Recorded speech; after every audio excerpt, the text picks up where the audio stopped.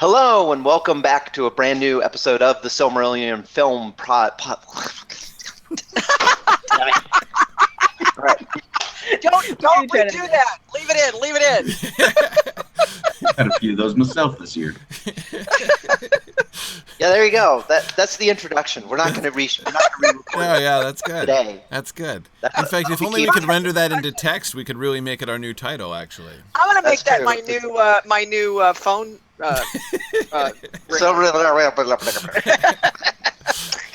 Yeah. Let's just roll with that. That's the Yep. introduction. I'm your Excellent. co-host Dave. I can't speak properly, which makes me perfect for podcasting, of course. I'm joined, as always, by the Tolkien professor Corey Olson and the Tolkien maven Trish Lambert, and I'm very, very excited to tell you that we have two special guests today, our script leads, Nick and Marie, who are here to defend relentless attacks on their work from the executives. So this is the first of probably about 15 episodes where we review the script outlines. We're planning. We're shooting to try and get through like 4 or 5 today, which means we'll get through less than one. I'm confident we'll get through at least one today. And we should finish this process up by the end of 2018. Exactly. Great. Exactly. Yeah, and I had so much fun last season. I thought that this segment here as the first part of our post-production episodes at the end of our season planning was really, really fun last year. I really loved the opportunity to go back and look over again, to get this sort of bird's eye view of the story of the season. Not to mention the fact that it's just kind of fun to go back to episode 1 of the season when it's now been months and months since we did that, and I can barely remember what I talked about the week before. So it's all fresh and new to me when I read it through in the outlines again, and I'm like, well, this is a great story. Who thought of this? This is fantastic. So that's fun all by itself. But as I said, it really does provide a really great chance to do an overview and begin to see how it all sort of shapes together, and I think that that's really, really fun. So I've been looking forward to this part of the process all season, and of course I want to begin by thanking you guys, Nick and Maria, and everybody else who pitches in and helps out and works with you to do these outlines. I know that you guys meet and talk about these. And do you want to sort of talk a little bit about your process there, so people kind of know what goes on there behind the scenes? Sure. You, Nick. Yeah. So basically, usually on a bi-weekly or sometimes weekly when we get a little bit behind basis, we get together on Saturday evenings at 7:30 Eastern Standard or Daylight Time. And we go through all this stuff. And so basically, we start out working on what needs to be in the episode. We talk about the point of view characters for the different plot lines, because now we're starting to get more than one plot line in an episode, which is exciting. And then we work through act by act to figure out what scenes need to be where, who needs to be there, who needs to be talking, what their points of view are, what the end point that we're trying to get to in each scene is. And basically, it's been a lot of fun the whole time. Marie and I have stayed up way past bedtime many times working through this stuff, as well as some of the other folks who've been in on it. But yeah, it's been great. Awesome. Yeah, it's really neat to see. I always look forward to reading the outlines, not only because I really enjoy the work that you guys do, but it's just fun to see. Of course, in our episodes, in our sessions when we're talking through the episodes one by one, we're focused mostly on like the bigger concepts, right? What are the sort of the main story ideas, and we think of in particular about some of the adaptation challenges, and how we want to shape the season as a whole, and how this all fits in. And of course, sometimes, often, we will get particular images or pictures of how a particular scene could go, or what a particular thing could look like. But of course, what we don't have time to do is really shape it together into a consistent story, thinking through all the things that you were just describing. the characters' point of views and how the actual episode will sort of thread together as a narrative itself. Usually we find that you guys give us everything we need for the final act of the episode of what, where everything ends up, but we usually have to put some more work in the earlier part to lead up to it. Yes. Yeah, exactly. And that's really fun to see that stuff all come together. So, awesome. Great. So, are there people you guys would like to mention? I know, again, you guys have been our leads. Marie, of course, is the one who prepares our awesome slides every session too, which is fantastic. But are there other people you guys want to give a shout out to who have been really helpful with the outlines this season? Phil Ivrin had joined the message board during the season 3 process, and she's helped out a lot on the later script outline. So the stuff in the early parts probably not her fault, so not today. but she helped a lot with the later ones to get certain ideas in there. So great. So yeah, awesome. Typically, if we come back with a question like 4 weeks after you guys have discussed it, it's typically because it's a question that Phil Ivrin has brought up that we hadn't thought of while you guys were talking. So, all right, cool, good, excellent. Yeah, that's great. That's great, and I know that many of the people who have been working with you guys all along have been, continuing to pitch in this season as well, right? Yeah, absolutely. I mean, Hakan, you guys know, has had a lot of input in a lot of stuff. So a lot of the time I'm trying to remember, what did Hakan say about that one thing? What was that? Marielle also, I think I was trying to recall something that she had said about the frame a few episodes ago so that we could integrate it. So, yeah, absolutely. Yeah, Tarangil. Yeah, great. Awesome. Okay, well, before we jump into talking about some outline issues here, I want to first do announcements, as I always do here at the beginning, because we are having a very exciting time. Update on our state certification and accreditation process. I do recommend this link to you. This will give you some more information on what's going on. I think I spoke last week about the awesome success of our fundraiser and the wonderful support we've had. We've now raised almost $5,000 more than we asked for. We've raised $28,500 in the last few weeks to support our certification and accreditation fees, which is awesome. So we're now, a noticeable percentage of the way towards raising our fees for accreditation, as well as all of our fees towards certification. So that has been hugely exciting. It was that's been awesome. So, and that process the certification process is now hastening along. We are finalizing now our documentation, our printed institutional plan that we have to send in. I'm going to be sending that to the printers. I'm going to be sending it to the printers early next week. As you can see, I'm a little bit dazed because I'm kind of sleep deprived because I've been working on this a lot. But anyway, yeah, this has been the biggest thing that's going on here with me. But yeah, I'm going to be driving our official institutional plan up to Concord and handing it into the Department of Education next Tuesday. So that is kind of an amazing thing. And then we're going to be moving on to our site visit and review and everything. And this whole process should be culminating prior to Mythmoot. Mythmoot, as you see there on the bottom of the page, happening June 21st to 24th, and June 19th is going to be the date of the meeting of the Higher Education Commission, where Signum's case is going to come before the commission for a vote. So that is pretty exciting timing. And while on that subject, of course, Mythmoot 5 is going to be awesome. We should be releasing the final schedule, everything is going to be happening. Of course, we've had the keynote speakers and everything for a while, but we're gonna have all of the sessions and everything that will be coming up very soon. So keep an eye out for that.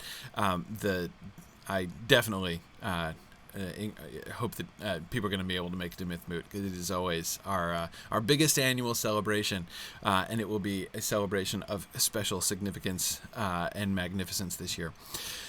But of course, prior to that, we have London Moot, which is coming up next week. Now, I will be this time next week. I will be in London doing some awesome stuff. We're going to be doing this literary tour of London, where we're going to be going to antiquary bookstores and museums. I'm going to go to the British Museum, to the British Library, and get to see, like the Beowulf text, and it's going to be great. I've been there once before, actually, but only once. So I can't wait to go to the British Library and see the stuff there. We're going to go see Hamlet at the Globe. It's going to be great. I can't wait. So that's going to be what I'm going to be doing next Friday, and then next Saturday is London Moot. So I look forward to getting to meet some of our regulars there. It's going to be awesome. And then summer classes, our summer classes begin on May 7th, and I just wanted to encourage people to, one thing I wanted to sort of share with people that, many people have been discovering lately. When you may see, especially if you follow us on social media or something, you may see us talking about our courses, and you may say to yourself, well, those courses sound really awesome, but, I'm not like getting a master's degree, that's really not what I want, but like it sounds interesting to to learn about that. I just wanted to make sure people sort of knew about one of the really kind of different features that we have. All of our courses are available for people to audit, and for people to audit sort of flexibly and asynchronously. We know that not everybody needs a master's degree. Like, it's master's degree in language and literature, not the most practical thing in the world. It's not like the thing that's guaranteed to get everybody ahead in life. But of course, I know that there are very many people who would just really enjoy learning this stuff for personal enrichment. So for all of our courses, so if you go to signumuniversity.org and you look at our courses, there are links on all of those pages for you to be able to register for anytime audits of them. That is, it's what we call them, the anytime audits. So you can audit the classes anytime, get access to all the lecture materials, all the readings and stuff, so that you can go through and do the whole course basically on your own at your own time. With no pressure, no worries or anything. Anyway, yeah. So that's going to be really that's a pretty a really great opportunity, and we've had a lot of people discovering that lately and being really excited about it. So I just wanted to make sure that everybody knew, when we're advertising the courses, it's not just for the people in our master's degree program, but also for everybody to take a look at our classes and see if there's anything that you would want to do. And you absolutely can anytime audit past courses, Marielle. All of our courses are open. Pretty much all of our courses that we've ever offered, with only a couple exceptions, are open for anytime audit. So yeah, at any point you can go back. You want to learn? Have you always wanted to learn Anglo-Saxon? You can go do our Intro to Anglo-Saxon course. You can do our Intro to Old Norse course. You can go back and do some of my Tolkien courses, like the Story of the Hobbit, which we're running again this summer, but you can audit it anytime. Verlin Flieger's Lord of the Rings seminar, Tom Shippey's Beowulf class, the Beyond Middle-earth class that I did with Tom Shippey on Tolkien's non-Middle-earth stories and his scholarship stuff. There's all kinds of things that we have offered in our sort of archives there that you can go back and do. So anyway, that's the story. Oh, and Tim Fisher, thank you for reminding me. I meant to mention about London Moot. We are hoping to live stream at least some of our talks from London Moot, actually, on our Twitch channel. So you should totally go to twitch.tv/SignumU and subscribe to the Twitch channel so that you get email notifications when that channel goes live. And then that way you won't miss out on what of the London Moot action we are able to stream there. So, yeah. Cool. And yeah, so question about are there... I'm so jealous you're going. Yeah, it's going to be great. It's going to be great. And for those of you who are missing it this year, we'll do it again next year. But, oh, man, this is going to be so cool. Question, do we have plans to do any kind of undergraduate work? Yes, we do have plans. Now, not instantly, right? That's not in the immediate plans, like within the next few years. But that is absolutely the... Well, I wouldn't say our end goal, because who knows what our end goal is, but that is sort of the big plan, that we want to expand to an undergraduate program. The certification and accreditation of our master's degree program is our first stage in that, and then we'll be developing our graduate program some, and then we'll be expanding that into an undergraduate program as well. It's all part of the big strategy of how you do a grassroots crowd-funded university starting up from nothing, and that is not trying to do too much all at once, because it's complicated. So, but anyway, yeah, that's definitely the plan. All right, and those are our announcements at this exciting period of Signum's existence here. And again, just the one last note that I would say, coming back again to the certification stuff. Again, I realize that the certification of our graduate program might sound like a somewhat tangential thing, right, to people who are primarily followers of the Tolkien Professor podcast, or the various kind of Mythgard Academy programs and things that I've been doing. Again, if you don't really plan to do a master's degree, it might seem like it is kind of cool in theory, but doesn't really apply to you. Except it does, because it's Signum University that makes all of the Mythgard stuff possible. I wouldn't be able to do any of these things if we were not under the umbrella of and supported by Signum University. And as Signum is certified, and then we enter the accreditation process after that, and as we move forward, we're looking first and foremost to build the kind of firm foundation for Signum moving forward that we've never really had. We've been living kind of year to year and month to month for 7 years now, and we've survived thanks to the wonderful support we get from all of you guys.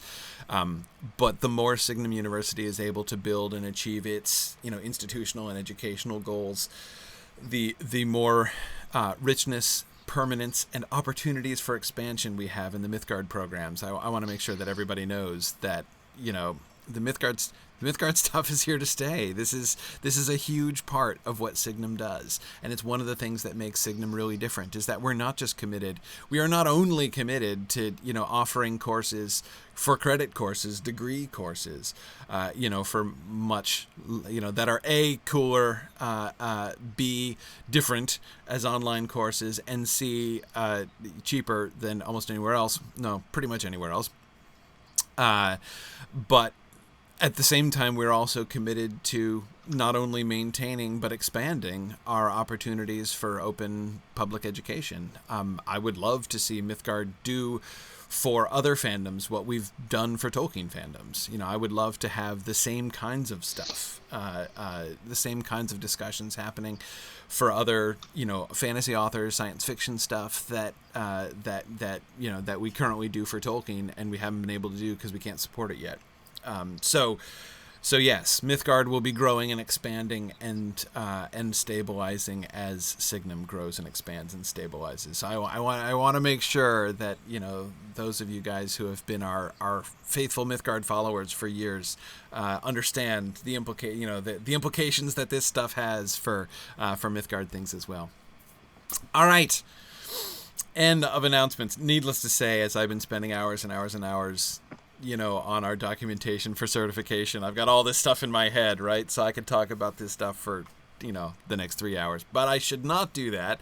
Let's instead talk about Season 3. Well, instead, actually, before we do that, let's talk about something else. So I want to talk about the frame before we get into the details of the outline. And I say this... Here begins we're standing at the mouth of the rabbit hole.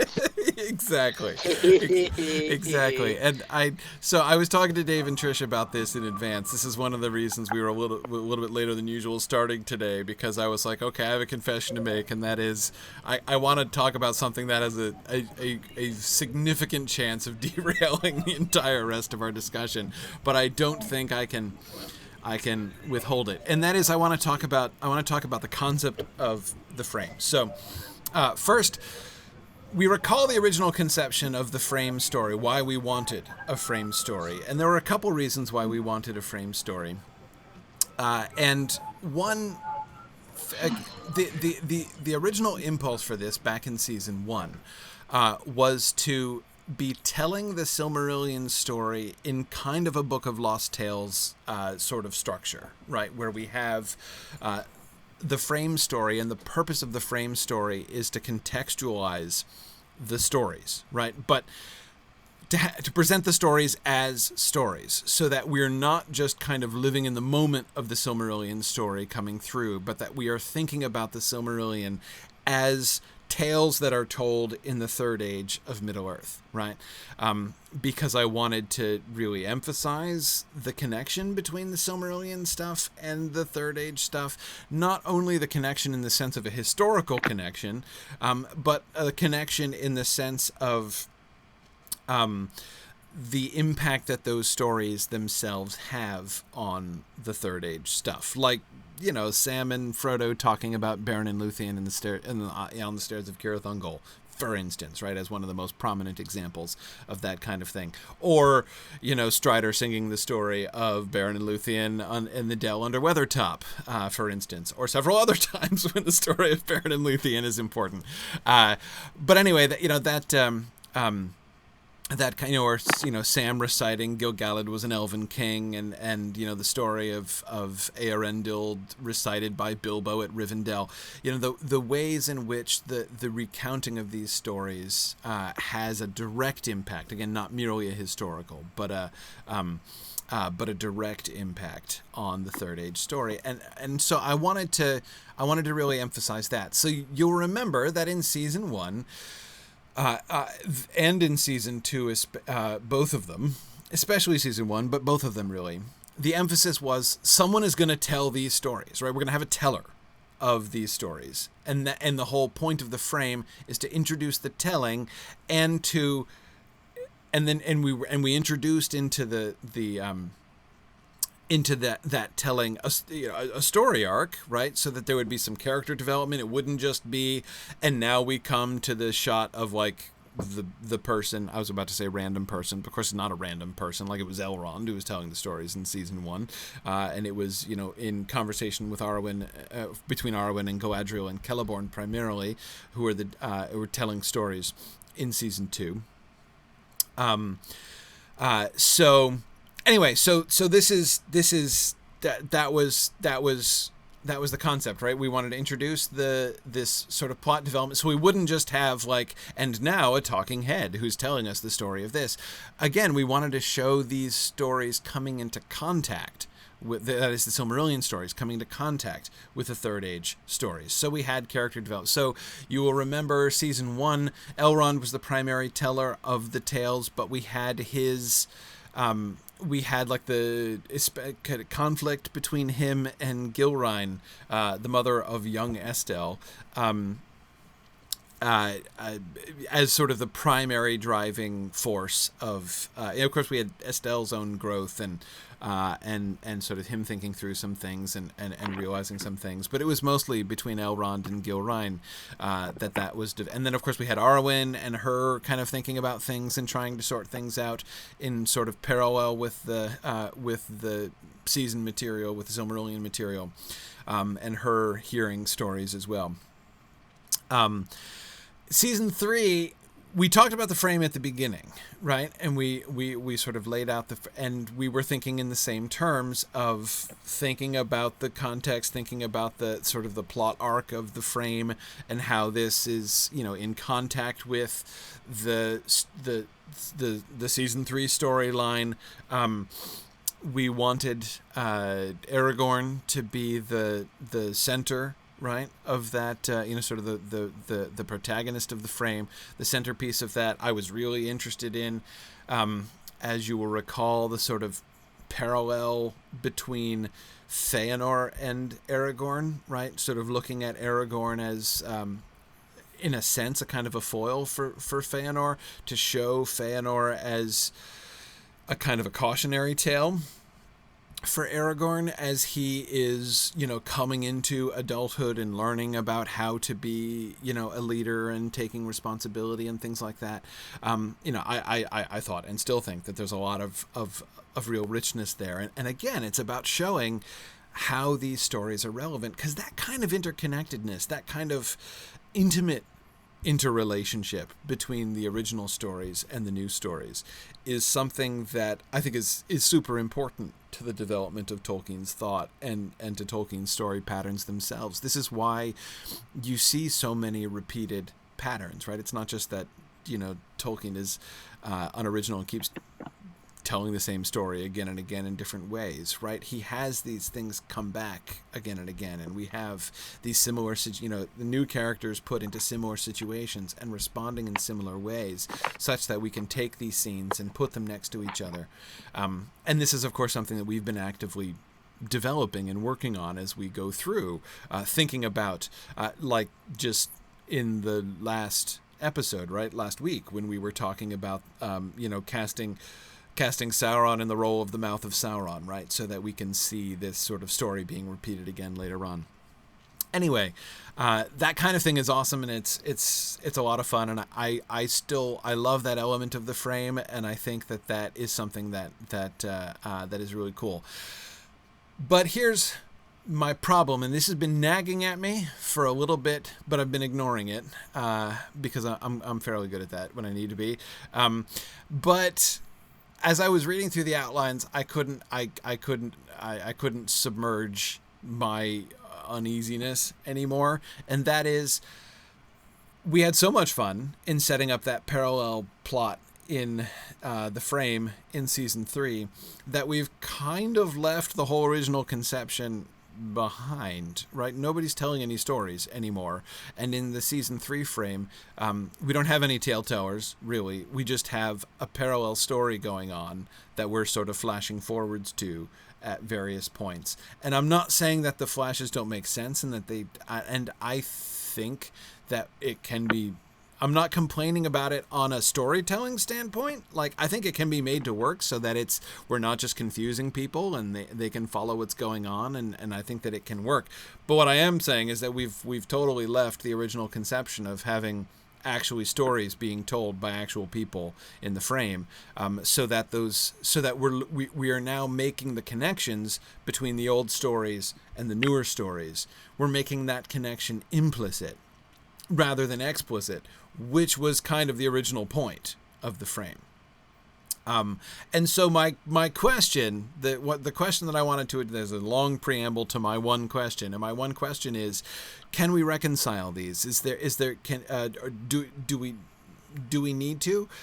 Nick and Maria, I'd be interested to hear your thoughts on this. If you feel that we need to try to do such a reconciliation, if you guys think that the sort of the newer way that we're trying to do the frame is cooler than the original one, or what your thoughts were on this. But so can I jump in first, or? Sure. Yeah, sure. Go ahead. Let me just listening to you talk. I think I think the way it is this season works. I'm trying to think of it from the point of view of like a viewer, having done Right. season 1, season 2, yay, season 3, and the story frame is different. That's not unusual, really, I don't think, for series to do that kind of thing where there's kind of a shift. Mm-hmm. But I do think if we do like this and we decide to leave it as it is, this is how it should be going forward. In other words, we don't revert back to the storytelling. Yeah. Yeah. Right. So if we make the decision to stay with it the way it is, then we're doing it. That's it for the next 30 seasons. That's all. Okay. There are a couple of things so basically this season we had kind of the opposite problem that we had last season, which Right. last season we didn't really have a lot of actual storytelling so much as references to things, because we realized pretty quickly that Arwen kind of should already know this stuff. It Right. wasn't We're not informing Arwen Right. about what was happening in Valinor. There's no way in 3,000 years that she hasn't heard this already. Right. Right. So we had kind of already shifted away from the storyteller model last season. This season, there was so much stuff that people wanted to have happen in the frame, and you have these tiny little, maximum 5-minute bits Right. on either side of the episode to do this in. Right. That the only way to do that and to be able to set it up emotionally over time. So basically, there's like an episode's worth of stuff that takes place in the frame over the season, and you have to spend time with characters. For example, like the character of Hamilcar, in order for it to matter when he dies. Otherwise, nobody cares. Right.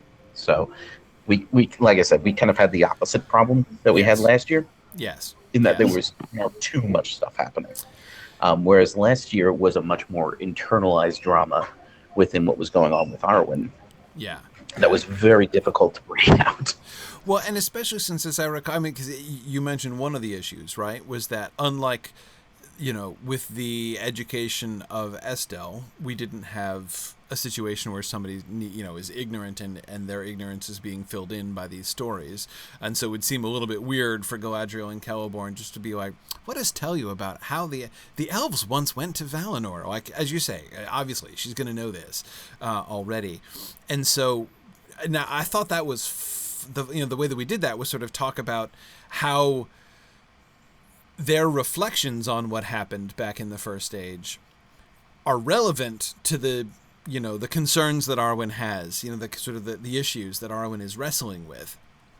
And so thinking about their stories in that sense, like not as, here are some new information for you, Arwen, but like, here is like to show how the sort of internal struggles that you are going through right now are but a part of the internal struggles that the elves have gone through since the very beginning, and that their stories sort of show that. As I recall, we were also a little bit concerned that we, in the frame in season 2, there wasn't anything happen. Like, we didn't want to just have like, and now Arwen engages in more conversations with Aragorn, with Galadriel and Celeborn, right?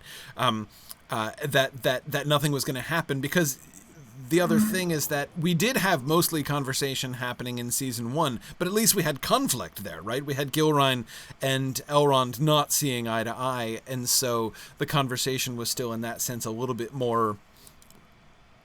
There was more at stake, right? There was actual drama and resolution, even just in the interpersonal. Whereas Arwen and Galadriel and Celeborn, like, yeah, there are different perspectives and things, but there wasn't that same kind of drama to resolve. So, if the whole frame, if the plot arc of the frame of season 2 was nothing other than Arwen is kind of thinking about some things and has a series of conversations in which she works some of these things out, and maybe she, kind of comes to a sort of new resolution about stuff at the end of by the end of the season. That's still not a very compelling arc. So that's why we ended up sending her out on walkabout and introduced more action essentially to the frame, especially in the second half of the season. And I feel like that's kind of the birth of what then happened in season 3, right? As we began to have more parallel action and less merely sort of storytelling conception.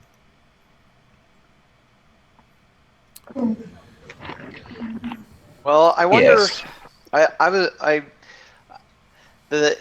We are kind of caught in a hot rock and a hard place, right? Which is that if we don't do any storytelling of that type, it sort of begs the question of why are we doing the frame story at all? Mm-hmm. Mm-hmm. Especially since the intention is for the show to run up through and even past the period of time being portrayed in the frame. So it's like, why are we doing it now? We could just wait until we get to it. Right. So there is that if we don't do it at all, it begs the question. On the other hand, my concern is that if we slavishly follow that, it's going to get really tiresome really fast. So wait, as you say. One thing we did in season 3 is one of the episodes is storytelling. So episode 4, the Foundation of Menegroth, teenage Aragorn tells that story to some of the younger Dunedain children within the episode. Like Right. That's the frame in that episode. So we can still bring the storytelling back in occasionally or intermittently, even if we step away from it here, I think. That's actually a really interesting idea, Marie, to kind of not to be thinking of, okay, no, we must slavishly have somebody telling a story. Like a story must be told in every frame, in every frame of every episode, or else the frame is a failure. Like that is the only purpose of the frame, is for it to be a vehicle of storytelling. We could, I think, back away from that, but by just touching base every now and again, making sure that we do have that kind of, as I said before, not just an implicit connection between the older story and the newer story, but an explicit connection. That seems to me an important thing. And so maybe just doing it a couple times during the season to sort of show how the frame is explicitly rooted in the other, in the older version. I don't know what. Yeah. What do the rest of you think? Dave, do you think it's I enough? agree.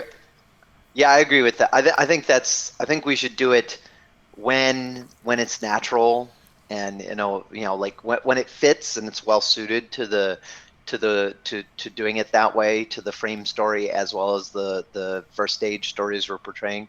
I think we should do it when it's natural, and we should be making an effort to make sure we're looking for opportunities to do it and not just completely forget it.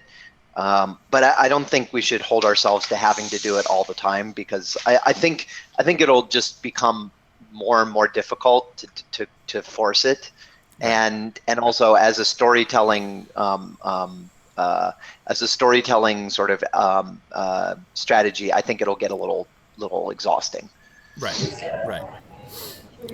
Yeah. One suggestion that I might have for future frame stories of seasons is that maybe we don't introduce characters in a season in which they're going to die, because that means that we have to get people to like them, at least to some degree, which was pretty tough with Hamilcar because we were setting him up as an antagonist to Estelle. So we basically had to create a situation where he's an antagonist of Estelle, but we get why and we understand what his problem is, which is very nuanced. So you have to spend time developing that. Yeah, instead of I think you're right, Nick. I think that the real issue there, right, is that I think is just a question. That's not really a conceptual what are we doing with the frame question. I think that's more of a when the execs were talking about the frame story at the beginning of the season, I think we got carried away, right, in sort of the drama of what we were imagining with the young Aragorn story there. And because when you look at the frame, like if you go back and look at our notes for just our frame episode when we were going through that could totally be a season on its own, right? There's slightly less content, of course, than the Silmarillion content of season 3, but it could totally, without too much effort, be expanded into an entire show on its own. And that's probably a bad sign, right? If we're doing that probably suggests maybe we're biting off more than we can really chew with the frame there. And I think that's a really good idea.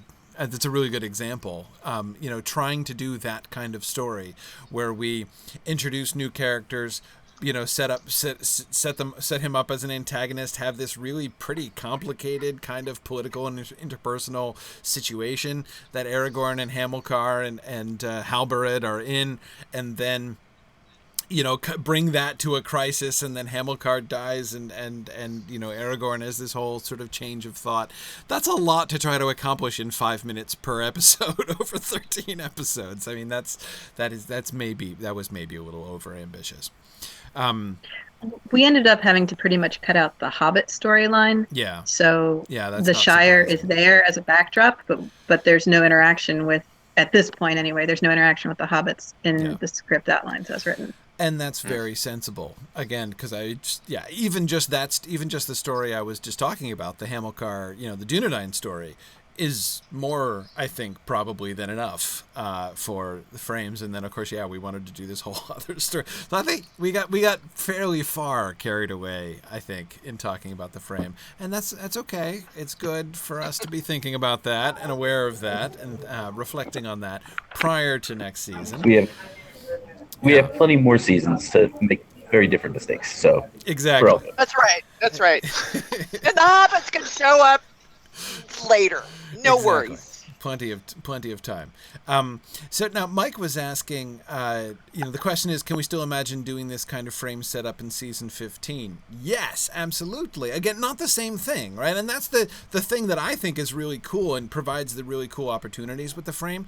In a sense, of course, the frame is fresh every season because we're not just marching along directly in parallel, right? We're kind of jumping to different characters and different concerns. We're not necessarily gonna jump wildly, I think, in time, but we're gonna be showing a different way and in a different context in which those stories are coming, those old stories of the Silmarillion stories are coming into contact with, sort of third and fourth age realities. So yeah, I absolutely think that we can do that whole thing.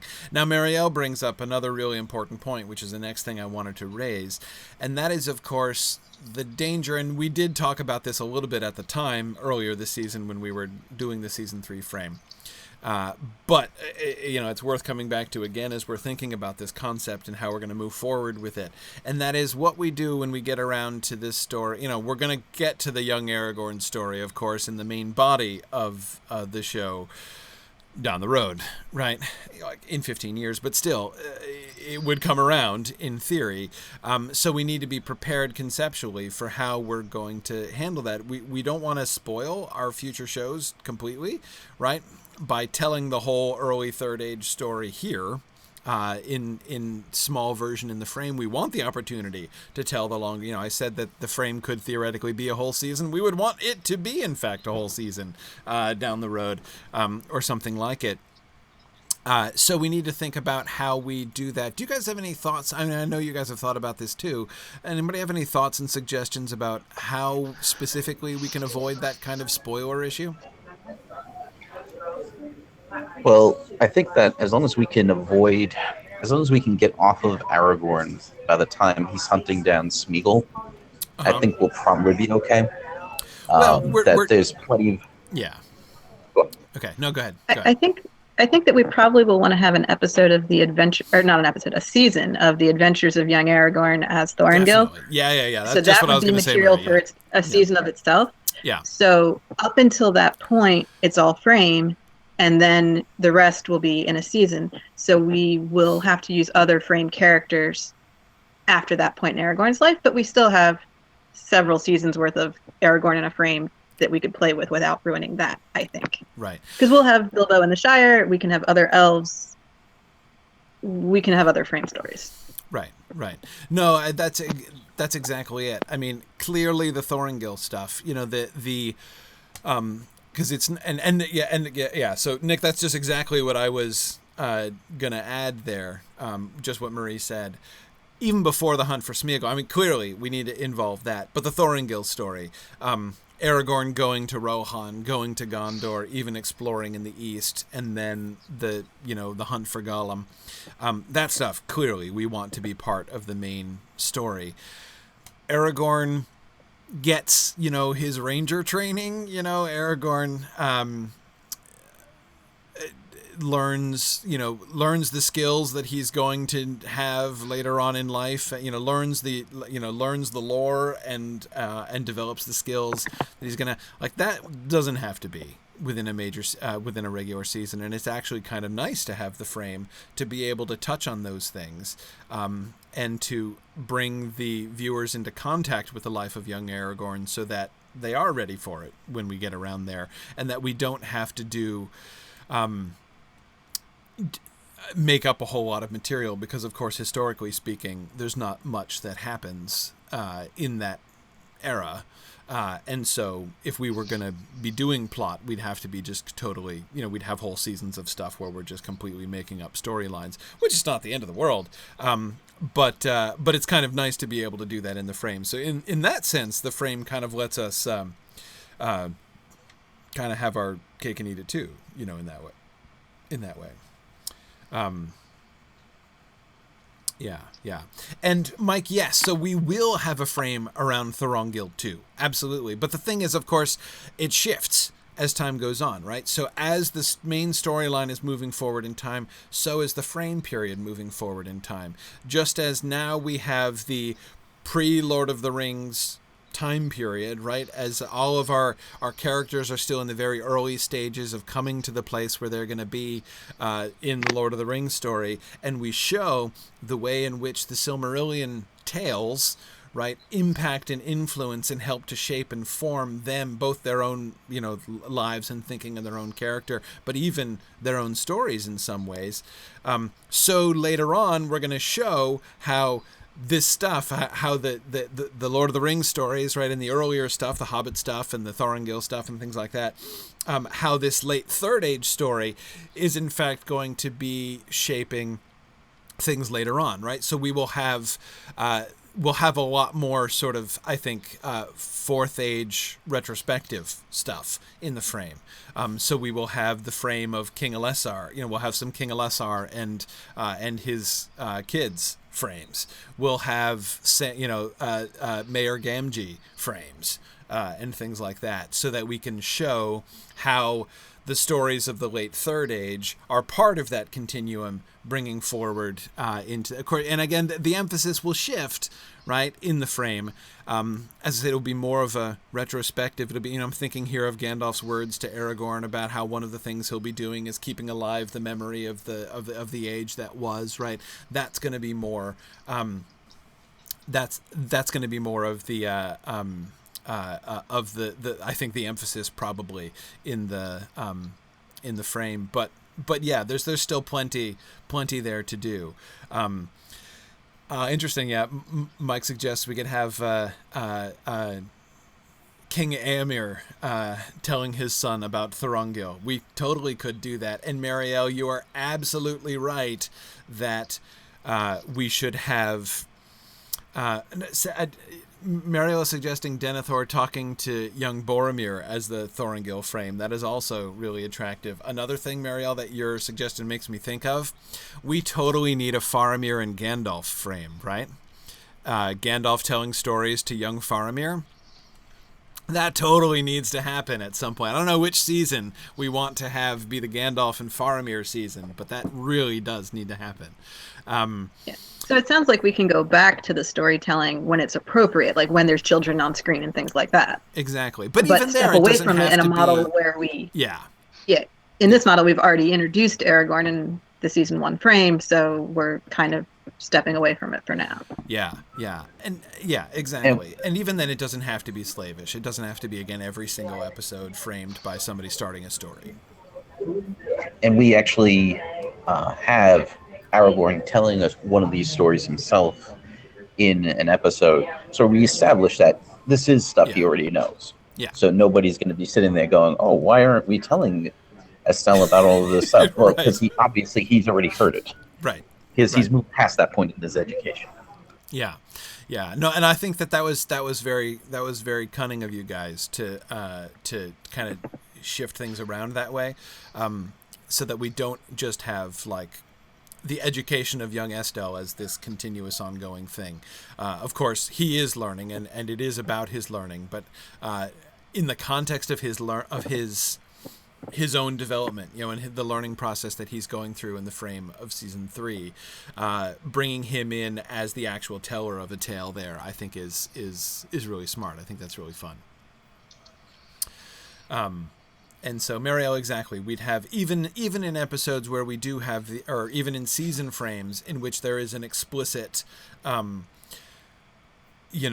pedagogy of the younger generation kind of context, right? Whether it's, you know, Mayor Gamgee telling stories to his own enormous brood of children, or you know, one of the kings, be it Aragorn or Éomer or whoever it is, you know, telling stories to the younger generation, whether, you know, even back when we have, you know, Gandalf talking to young Faramir or young Boromir being educated, any of those things. I agree, Mario. We still, even there, we mix that with parallel action,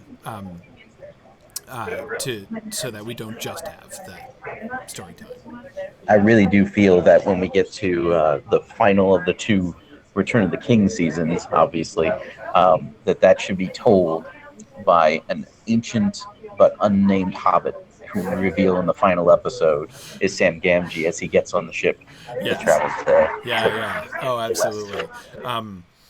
Yeah. No, that clearly the final scene of the final episode has to be Sam handing over the book and getting on the boat, right? Yep, absolutely. And that would be kind of fun. Frodo alone with his servant, indeed. Yes, exactly. Yeah. That would be fun. Because, of course, by the way, I totally think that it was Sam who wrote that line. You know, Frodo alone with his servant, like that's totally a Gamgee insertion. I am convinced. There's no way that Frodo would have characterized it that way, right? There's no way that Bilbo would have characterized it that way, but Sam totally would have characterized it that way. Yeah. He couldn't erase what Frodo wrote about in Lord of the Rings, but he could sure as heck put it down in his summary. That's right. When he's doing the overview, yeah, absolutely. Yeah, cool. All right. So now I think this is a good plan. You know, I mean, obviously, this doesn't mean that we scrap what happened in season 3. I just want to make sure that we're thinking about it, because I know that for me it was more of a kind of a shift. You know, it was more of a getting carried away with things, and I want to make sure that we're being conscious and that we're not losing the end that we were hoping to gain by the frame. Obviously, if you know, because there were always the challenges, right? There were always the questions. Is this just too confusing? Like, why should we tell two stories when we could just tell the one story? There's plenty to tell in the one story. You know, are we just gonna kind of muddy things up by jumping back and forth between the third age and the first age? And of course, there have been people who have been against that from the beginning. So I want to make sure that we're getting the benefit of doing that and not just overcoming the difficulties. So that's good. All right, I feel better. I feel better about the frame. I feel like I can go on now. I was having trouble. So I'm like, okay, I'd had a vague sense that we needed to talk about this, but then as I was reading through the outlines, I'm like, okay, no, I need to talk about this at the beginning, or I'm not going to be easy in my mind until we have this conversation. So, thank you guys for. Feel better? I feel better. I totally feel better. Thank you. I will remind you of this during the second session of season 4 when you guys are discussing the frame. Just say. Yeah, no, Great. exactly. That's and so now I feel equipped to think of that, you know, and to do that conversation. So that'll be good. All right, I've got an idea. How about we talk about the outlines? You guys want to talk about the outlines? Yes, please. Okay, Sounds like let's a plan. let's talk about the outlines. All right. So at the top, Marie has included the link to the script outline, so you can find them. Remember, I was showing you guys how to navigate to that on the forums. Go to forums.signumuniversity.org. There's the SilmFilm forums, and you'll see that you can work your way through the script, season 3 threads, and find the full text of these. Okay. Episode 1, The Rebellion of the Noldor. So, Marie, you want to kind of, or Marie or Nick, both, you want to kind of walk us through this outline a little bit? What was your sort of thinking? What are some things that you guys particularly sort of struggled with when it came to kind of making the concepts that we worked through into a story? What were some of the things that you guys were most focused on or struggling with in this episode? One thing I wanted to make sure is that we gave a fitting send-off to some of the characters we weren't going to see again as we left Valinor. And obviously that's not the Valar in this episode, but Right. it is some of the elves. So we made sure we had a specific scene for Indus to leave, and we gave her something to do at the funeral of Finwë to just remind everyone of who she is before we ship her off. And same with Nerdanel's end to her marriage with Feanor, Yes. because it seemed important to give them time to discuss one-on-one on screen, apart from all the drama of what was going on. Yeah. Other than that, it was really an issue of trying to build up to the oath, that we knew the conversation that was going to happen. The question was how to get all the characters there, and whether or not everyone knew that was going to happen, or if it was a surprise, or how to develop that concept of let's rebel and go to Middle Earth. Right. In addition, one of the things that was kind of concerning about that conversation in particular was that we needed to hear voices that were not necessarily gung-ho on this idea, but we also needed to make sure that nobody outright challenged Feanor, Yes. because nobody does. And is he going to let that stand? Like, if Feanor feels like this person is clearly not on board with the plan, he's going to get rid of them. He's going to make sure they don't go. That's not something that we see happening. So Yeah. we had to make sure that even if there was dissent in that conversation, it was at best muted. Absolutely. No, it's a huge challenge. And one of the things that I've been so much more sensitive to over the course of season 3 here, and I think the reason I've been trying to figure out why have I been so much more aware of this issue in season 3 than in season 1 and 2. The issue that I'm talking about is the narrative difference not just between screen adaptation and book, right? But genre of book, right? It's one thing to adapt to the screen a novel, right? But to adapt a story like the Silmarillion, which is a very big picture synopsis of events, much more than it's an actual account of what people are thinking and saying. There's a huge intermediary step that you have to do in order to put that on the screen, right? Because you can't put, like, fundamentally, I mean, I've joked through our History of Middle-earth series in Mythgard Academy, I've been joking that, as the Silmarillion developed after in the post-Book of Lost Tales period of the development of these stories, the genre that Tolkien kind of found a home in was the plot summary genre. I mean, the modern Silmarillion literally began as him writing a plot summary for somebody to send to them so that they could have an overview of what happened in the history of the First Age. And that developed, right? So that what was actually like supposed to be like an abstract, right? He then revises and expands and develops and makes a thing of it, right? Makes a whole book out of that, and that becomes the Silmarillion in the style that we have. So when what you're starting from is that kind of overview plot summary, there is so much that you have to do. And so, Nick, I'm coming back to the specific points you were just making there. In the book, right, we're told that Feanor makes a speech, and that the hearts of the Noldor were, set aflame by his words. We're also led to understand in a general way that not all the Noldor thought the same way that he did, and yet in the plot summary description of events, we just get and the Noldor went with him. Almost all of them, not quite all of them. Some stayed behind, but they kind of went with him. And so these questions of, okay, yeah, but who said what? Did nobody said anything? That we know there are some people who are resistant. What were they thinking? What were they saying? How did that conversation go? And because if you begin to start really thinking about the character, for instance, of Finarfin, I really liked the character of Finarfin that you guys developed in this episode, by the way. That was one of my favorite things of this episode, showing his character, right? That he's not just a weenie, he's not just diffident, he's not just less bold than everybody else. It would be super easy to make Finarfin just look like a milksop, right? and certainly Feanor is going to characterize him that way, most likely. But still, knowing who he is, right? How can he wouldn't just not say anything, right? He wouldn't just be like, "Okay, yay, let's go, Feanor. I'm with Feanor, right? And we're going." And then later on, he's like, "Oh, actually, wait, I'm not with Feanor, right?"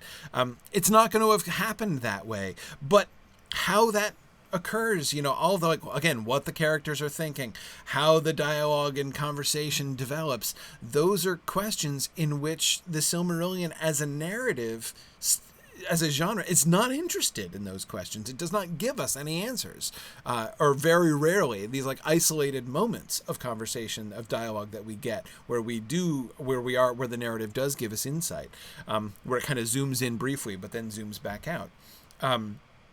So anyway, as I said, I've been trying to think, why is it that I'm having so much more of an issue with this? That this is so much more constantly in front of my mind in season 3 than it was in season 1 and 2. And I think my answer to that is that it's because of the comparative lack of time compression. I don't mean how we're changing the time scale. I mean, seasons 1 and 2, both of them, we were kind of telling a big overview plot summary story, right? We were coming in close to the characters and, in moments, but we still had a lot of, between episodes, we have kids growing up, right? The time is passing and we were only kind of stepping into the story every now and again. Here in season 3, we're really, for the first time, telling a more or less continuous story,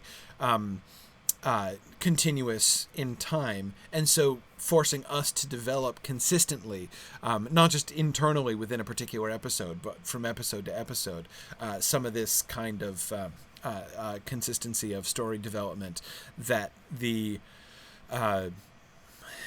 wide expanses of time that we've been covering in seasons 1 and 2 didn't really demand of us in the same way. Do you guys think that's right? Are there other factors that you guys think were involved in that? Well, I think you're pretty much spot on there. There's a lot of conflict that's taking place in the background in the Silmarillion during this time period that is just kind of you see that it's there. It's very clear that there's that it's there, but it's not clear at all how it's there or to what extent it's there. Finarvin's going to turn around and walk off in episode 7. Right. And you can't make that seem like a sudden shift in his personality. Clearly that doesn't come from nowhere. Yeah. Right. It might feel like we invented the Sauron-Gothmog conflict, but it certainly doesn't feel like we've invented the inter-Noldor conflicts. They very much seem to be in the text, just muted and understated. Right, absolutely. Yeah, no, exactly. I mean, and the Finarfin turning back is the classic example, right? I mean, there is no way in which that kind of a moment in the story is not sort of the final bursting forth of a thing that's been building for a long time. I mean, and I don't think there's any, I would consider it a fairly silly argument if anyone were attempting to argue that, well, the text doesn't say that it was simmering for a long time, and so you guys are just adding stuff to the story by doing that. Like, no, we're not. That is obviously implicit in that kind of a moment, right? In that kind of action. I don't think that. I think it would be fairly silly to say that when Tolkien does not describe internal conflict within the characters, it's not happening, right? That's not the kind of narrative the Silmarillion is.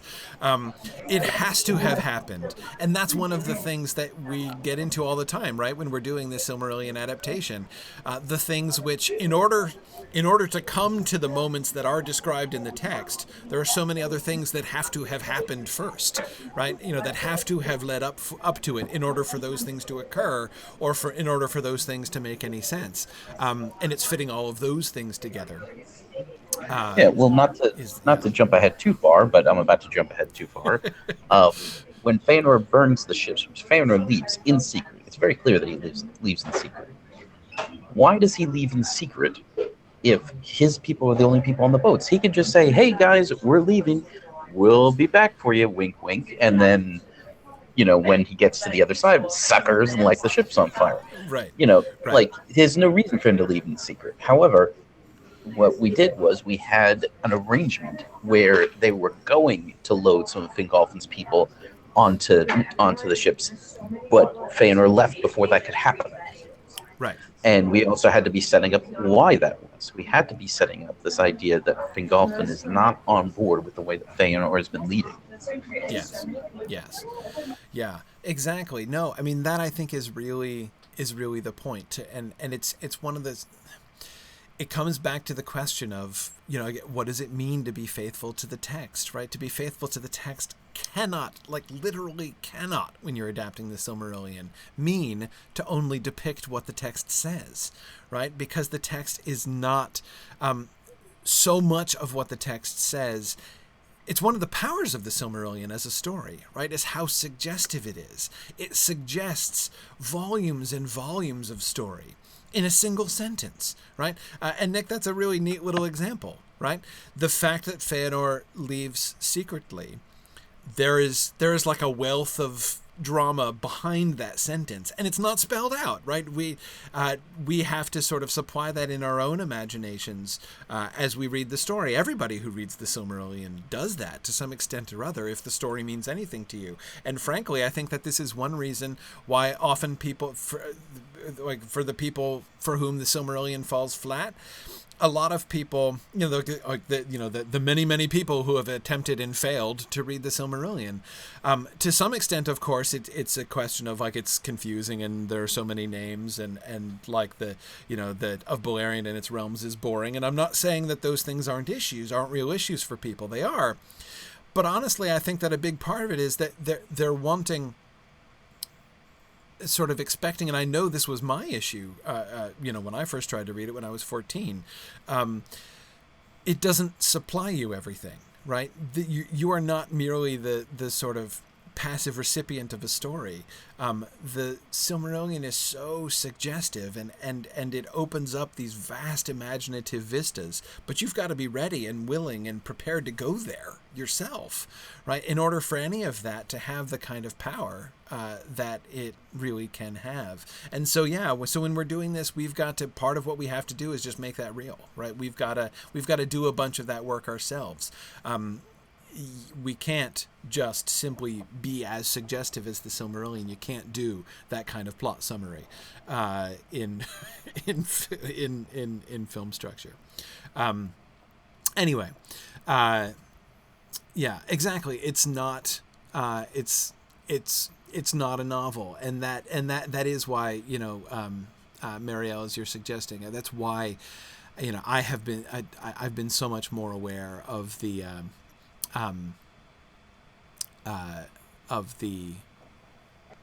that kind of translation that needs to happen. Anyway, so that was a sidetrack that I got on in connection with you guys talking about setting up this is me trying to help to restore your train of thought that I completely derailed. Because you guys this podcast is just one long string of sidetracks. It really is. It's like 90% sidetrack and 10% substance. Because you guys were talking about building up to the oath, right? What are other people thinking? What are other people saying? And how can we both develop their characters with some kind of integrity for their characters without derailing the action? Because you can't have people standing up and just being like, no, Feanor, forget about it. Like, we're not going and we don't think like you and we think you're crazy. What's more? Because they didn't do that, right? There were some people who stayed behind, but not very many, and everybody, including even Finarfin, went along, right? So how do we bring them along while having them still again maintain their own characters? So yeah, I thought that action was really interesting in this episode.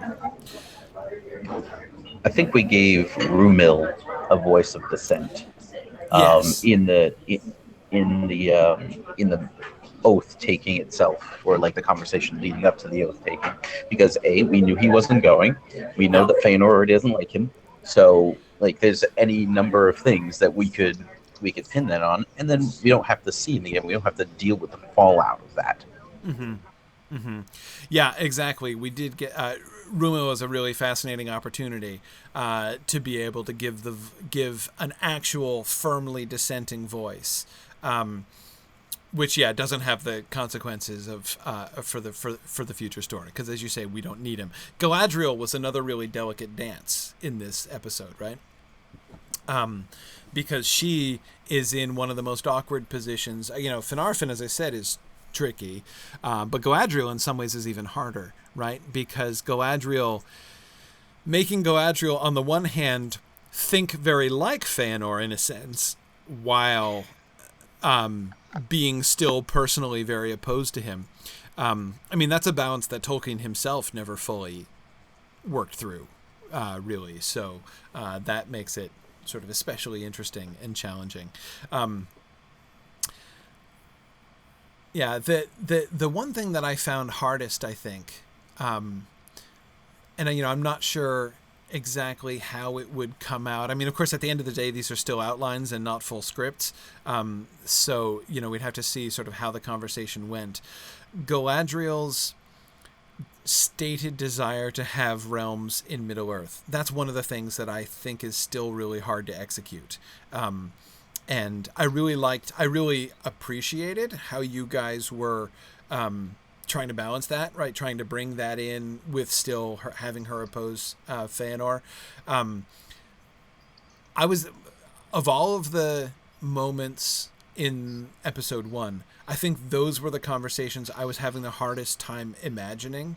What does she actually say? She can't really say, like, I want to rule. I want to be in charge. Like, how would she articulate it? What is it, in other words, that we have Galadriel wanting, right? What is her desire? What is her, and do we have, are we imagining a gap between her stated desire and her real desire?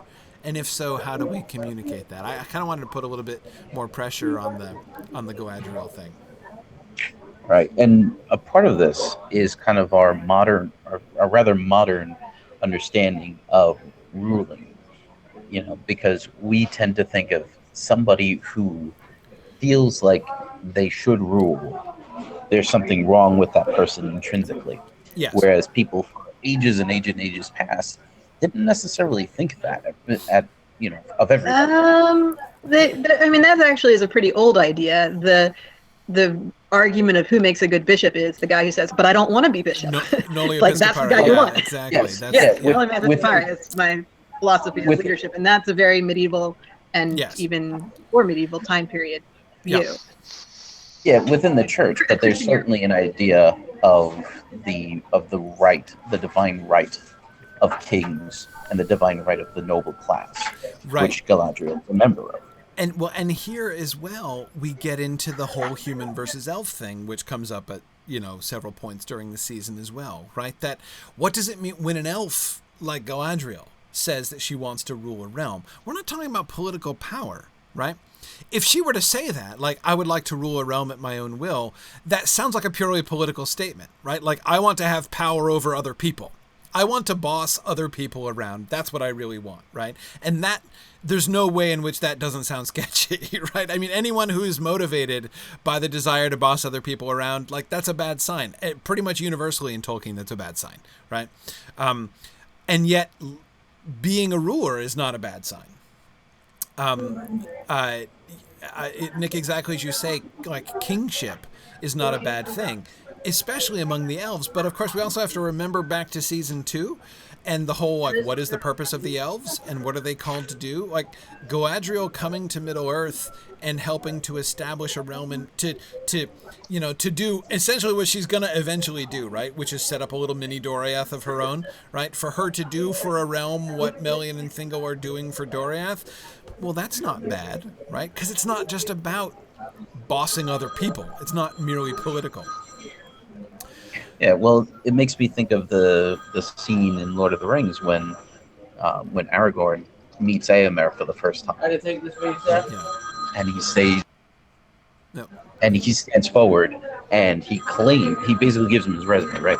And he is basically stating outright, I am the rightful king. Right. And in the movie, they clearly avoided that, and I feel like one of the reasons the way they did that is they were trying to shy away from the idea that Aragorn is this guy who totally thinks that he should be the one in charge. Right, right, right. Exactly. Yeah, and I think, Tony is right. Tony is just saying that leadership is an act of service, which that's what differentiates good rulers from bad rulers, right? And I agree that that's an important element in good rulers in Tolkien. But see, here also, again, I'm going to come back to the elf versus human thing, right? What does it mean for an elf to be king, right? To be a ruler, compared to what it means for a human to be ruler, right? And I guess if thinking about that, there are two things that I would point to. One is that for humans, it's almost entirely about ruling other humans, right? But for elves, I don't think that that's the case. I mean, you think about that so many times. The way in which the ruler is tied to the realm, not just to the people, but to the land itself. The whole, and I'm not just thinking of like, the king and the land are one kind of thing, but to think about how the elven realms work in Tolkien, right? Whether you're talking about Thranduil and Mirkwood, whether you're talking about Galadriel and Lothlorien, whether you're talking about Elrond and Rivendell, whether you're talking about Turgon and Gondolin, Thingol and Melian and Doriath. I mean, it's a very frequent thing that when they take a land, when they are, it's not just about them being the boss of the people. It's about them having a relationship with that realm, and they are more closely tied to all of the world. That's why it's such a noticeable thing, both in Mirkwood, though Mirkwood is complicated by the whole blackness and shadow thing, but that sense of crossing into fairy, right? That sense of like you are entering, like you've gone to a different place, right?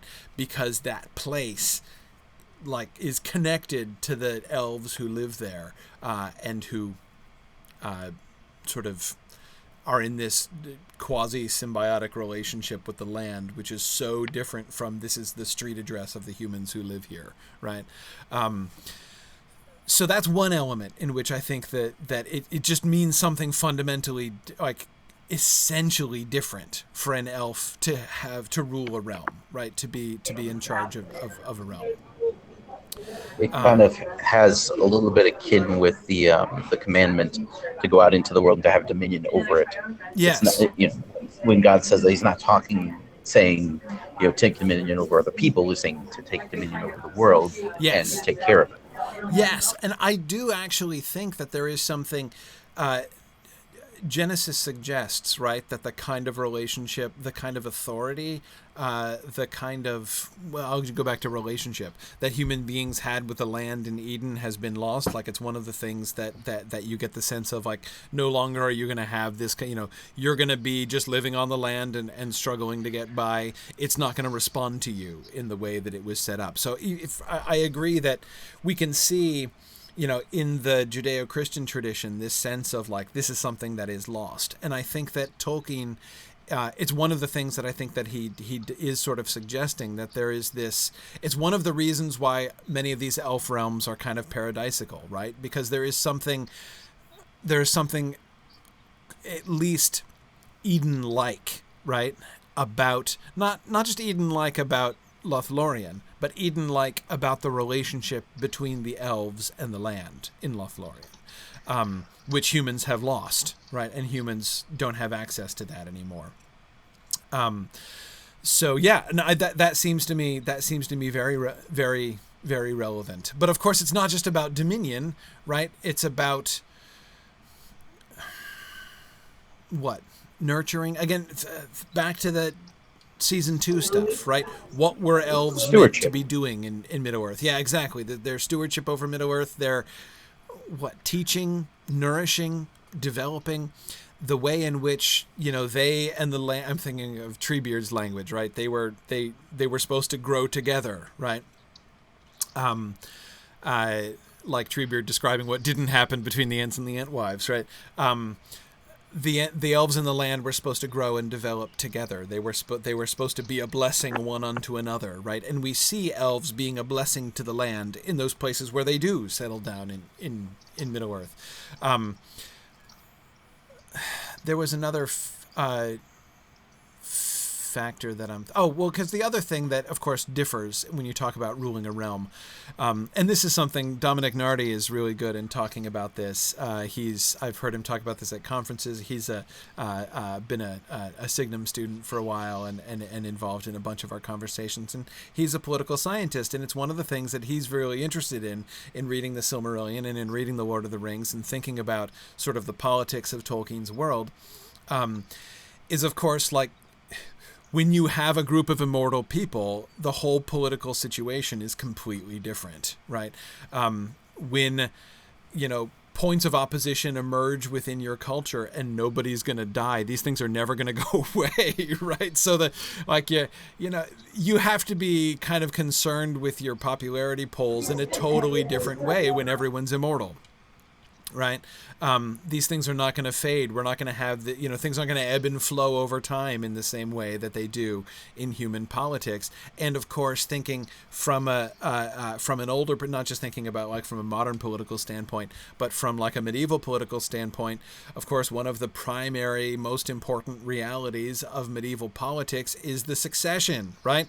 The king is going to eventually die, and does he have an heir, and who's going to take over, and are we going to be plunged into civil war?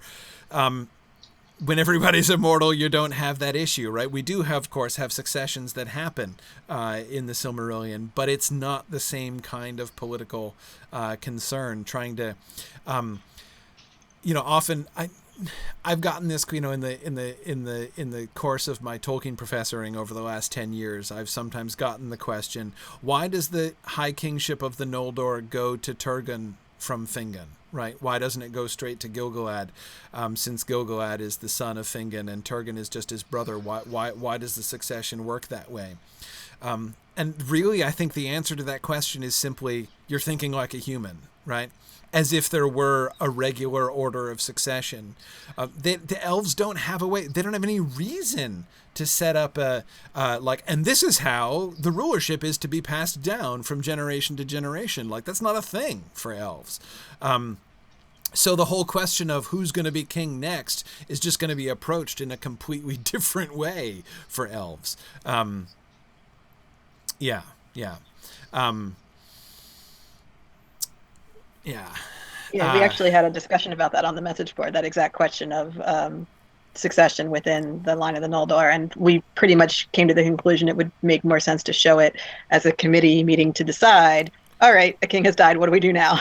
Rather than have some kind of legal succession in place. Yeah, exactly. It's not like one of those where you have it worked out to like the 50 or 60 people, like the line of succession, because again, what elf is going to make contingency plans like that for, a thing which is so unlikely? And in fact, it's still, no matter how many kings die in the Silmarillion, it doesn't make it any less unlikely. We're talking about, a couple deaths over hundreds of years under extreme circumstances. It's still not a common occurrence, even with the mortality rate of the Silmarillion. Are you sure you don't want to have an election? That could be gripping, don't you think? I think that would make for compelling television. Yeah, stump speeches and everything. The closest thing I could think of in any European human culture was the idea of the Witan, or the Wittenwald, which I'm butchering the pronunciation of. But now, obviously, that wasn't followed through on the way it was supposed to most of the time. But the idea that the aristocracy would get together and choose a new king is not exactly unheard of. Yeah. Actually, this whole conversation is kind of making me excited for that scene in Nargothrond where Celegorm and Curufin usurp the leadership. Yes. Right? Like, yes. This is actually going to be kind of fascinating. It's a and big deal. That's almost like politicking. Yeah. Yeah. Engaging in some demagoguery. Definitely. To attempt to pull this all back to Feanor, his speech in this episode is mostly anger and grief and revenge against Morgoth and all that. But he obviously had to say some positive things, or else people wouldn't get excited about it. Like he doesn't start an angry mob. He starts a group of people who all want to go to Middle Earth. So I think talking about that idea of realms is kind of how he's going to get the Noldor to buy in. Like, they have this lovely little city of Tyrion that they all like, but they could have more and different and varied. And him talking about that in a really compelling language, we're going to see Galadriel's reaction to his words. And even if she was very shut off from what he was saying before, when he gets to that part, she's on board. Like, it's just obvious that she is 100% agreeing with everything he says for that section. Yeah. Yeah. So we can do something like that without having Galadriel say, yes, sign me up to rule a realm. Sign me up to rule a realm, exactly. Do I get to boss lots of people? Because I'm in, if so. That's what I'm all about. Yeah, exactly. Yeah. And do you think we should... So, okay, here I want to be careful thinking of Galadriel. You know, I've been wanting to resist making Galadriel the, you know, pure, idealized figure, you know... She's a complicated and in some ways kind of you know, sort of morally compromised from the beginning character, which is, you know, why her like redemption at the end is going to very end is going to be meaningful, right? And of course we talked about that especially in the context of the kinslaying episodes and stuff like that. But I'm wondering here if we could introduce her as a distinguishing voice there, right? So Feanor, because you're right, Maria, obviously Feanor has to give a positive vision as well. But even in his speech, his positive vision is still tainted, right? By his envy, by his anger. You know, like, it's one thing to say, we should go and set up realms because it's great, and this is the fulfillment of, like, elvish destiny, right? Back to season 2 stuff. This is what we were meant to do all along. You know, it was wrong for the Valar to bring us here. It was selfish for them. They're trying to hold us back from achieving what we want to achieve. But at the same, you know, there's the whole, the no other race shall oust us element of his speech. And that's just, that's not good. Like, that is, it's clear that his own pride, his own envy, even envy of the Valar, envy of the of you know, any good thing that any others, you know, might have, jealousy over, you know, the jealousy with which he guards what he considers his own prerogatives. All of those things really undermine his vision, and I think it's pretty clear that what ruling a realm means to Feanor is not that pure, lovely vision of like elvish relationship with the land that I was talking about, right? So showing that on the one hand, he does give a positive vision that other elves, you know, the others of the Noldor can really attach to, but yet his own vision is tainted, as I say, sort of morally tainted. Galadriel could be a voice for a less tainted. I wouldn't want it to be totally untainted, perhaps, but a less tainted version, so that we can kind of, she can be the spokesperson for the positive response to the positive element of Feanor's vision there.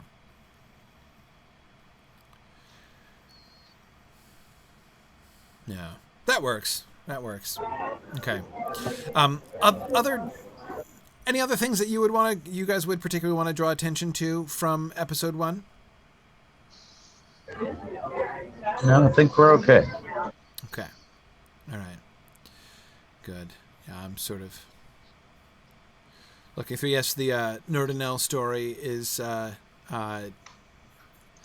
it's tough to wrap up her story in one episode at the beginning of this season with, as you know, large a character as she was through season 2, second half of season 2. To leave her behind after one episode is tough.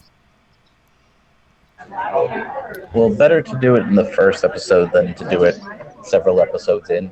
Yeah. Because you kind of don't want to be messing with your cast of characters too much, which we're about to do pretty heavily. So Right. Yeah. Yeah, agreed. Okay. All right, let's think. I just wanted to say that I'm intrigued by the mental image or imagining sort of the on-screen image of the Feanorian army camped outside the walls of Tyrion. Like that's not something I ever imagined or thought about in reading the books. Yes. So I think that's intriguing. That's kind of a like, oh wow, they're marching an army on Tyrion. All right. Yeah. I'm excited. Well, at the time, I was kind of thinking about something that I remember reading about in one of, I think, the First Crusade, because basically the Byzantine Emperor sent letters to the Bishop of Rome asking for help, and the Bishop of Rome was like, "Hey, why don't we just take over the Holy Land? That'll help." And he winds up with this army that he has no control over, parked outside, and they're not really there to besiege them, but they kind of are. Right. So Right. Yeah. Yeah. No, it's really complicated. Yeah, and this actually Dave, this whole issue points up exactly another wonderful example of this whole the Silmarillion isn't a novel thing, right? How many times in the Silmarillion does Tolkien talk about essentially the action of one character, and yet we know that it's like thousands of characters? In fact, like, Feanor does all these things, and like he's accompanied by this largely faceless crowd. I mean, he's got all his sons, right?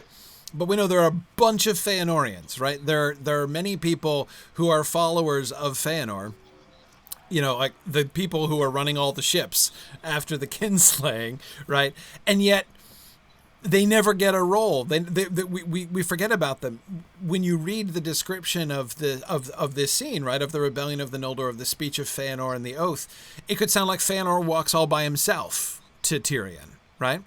But he's got people, he's got supporters, and yet, so actually, sort of making that real, right? Showing the and Nick having exactly as you were describing that kind of tension here, where visually it looks like Tyrion is under siege, and I love how that works symbolically, because it is, like, morally it's under siege, and so you make the coming of Feanor by showing that, because it is going to look from the outside like, because they're going to be dressed like a military force, they are coming armed because they're prepared to go and take combat to Middle Earth, right? So they are fully armed and fully supplied, camping outside the walls of this city, which it cannot help but look like a siege. And it isn't, right? Except symbolically it is, in this almost allegorical way. Sort of the virtue and resolution of Tyrion is going to come under siege and is going to be taken by Feanor, right? So I love the way that works. I think that's really, really cool. And a really neat way of kind of taking advantage of some of those adaptation moments there. But yeah, so I like that. I like that a lot. Other thoughts? Other final thoughts on episode 1? maybe we should get into a second episode during this session. Hey, I was thinking the same thing. Why not Slow go down crazy there. and talk about episode 2? So, the kinslaying.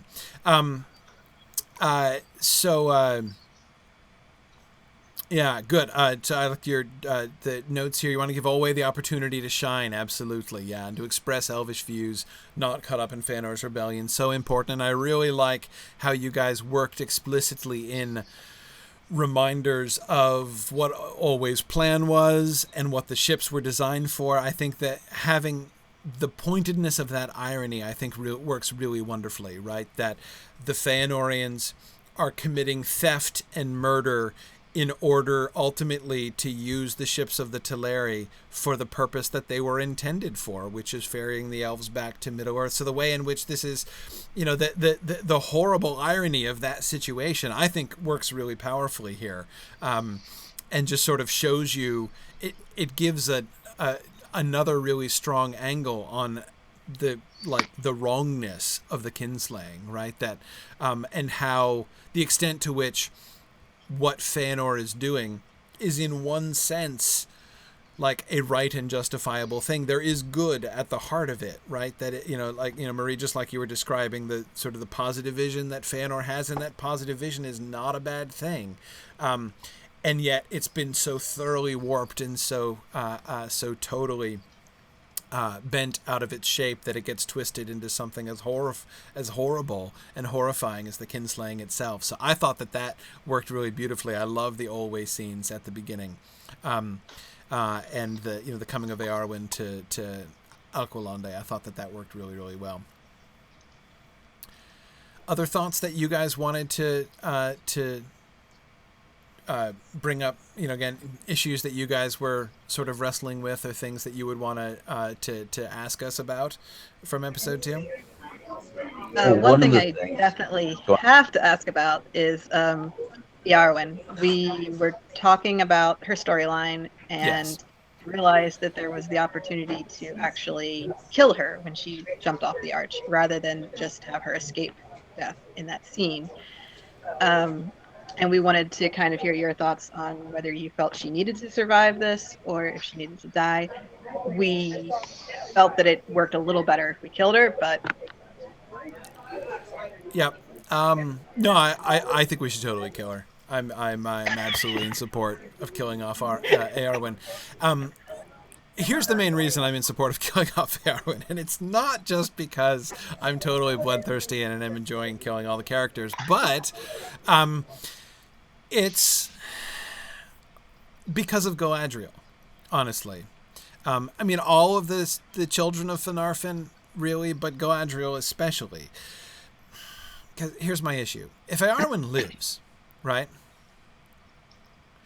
No, let me say it the other way around. If Eowyn dies, then it makes it easier, I think, for Galadriel to leave. If Eowyn, so Olwe is killed, so Galadriel, just like she watches her, like Feanor kill her grandfather, and she is then watching the Teleri being killed. There has to be, like, why do any of them continue, right? Why do they go on then? Why doesn't Finarfin turn back then? Why doesn't Galadriel turn back then? Especially if Eowyn is still alive. Eowyn's not going to go, right? She's not going to come along, certainly. Under these circumstances, that is, to me, absolutely, I couldn't possibly comprehend that. So, are they Finarfin? Galadriel? Are they going to be like, oh, hey, mom, wife? Yeah, so, gosh, look at that. Olwe was just murdered and all your people are killed and you've kind of barely escaped from death. Bye now. Like, we're out of here. We're going to carry on following the guy who just did all this stuff, right? That there's no way. I can't imagine that they can leave her behind, right? She would be... it would be for them to add abandonment to everything else that had happened. And we set up the kinslaying, I think, really cunningly so that it could be entered into without everybody being like maliciously motivated to begin with, right? The way that we have this whole like tragic unfolding of misunderstandings and the way that it escalates in ways that are understandable from all sides and yet turns out to be something horrible and tragic. I think that we did that really well. To have them at the end just walk away from Eowyn, oh gosh, that's kind of awful, right? That puts a level of culpability on Finarfin and Galadriel. And the others too, but our focal point, we didn't really focus any attention on like Finrod, for instance, in this episode. But that puts a level of moral culpability on Galadriel and Finarfin that I'm just not really comfortable with. But if she's dead, right? If Eowyn dies, then like they've lost everything, right? The kinslaying is horrible, but in a sense, the kinslaying, rather than being motivation for them to stay, it becomes almost motivation for them to go, right? Like that life, the life that they had, has been destroyed. And so the only hope that they have of anything now lies in front of them and not behind. What's to stay for, right? Always dead. Alqualande is, like, well, the city isn't like in flames or anything, but I mean, the peace of Alqualande is wrecked, always dead. Eowyn is dead. Tyrion is abandoned. What's to stay for, right? The only thing that they have left is each other and this hope for the future that Galadriel at least has been the spokesperson for, right? That I can imagine. Like, I can imagine under those circumstances them leaving. But, like, for Galadriel to be like, it's okay, Mom, it's awful and everything, but we're just, bye. I can't see it. I think she has to die. What do you guys think?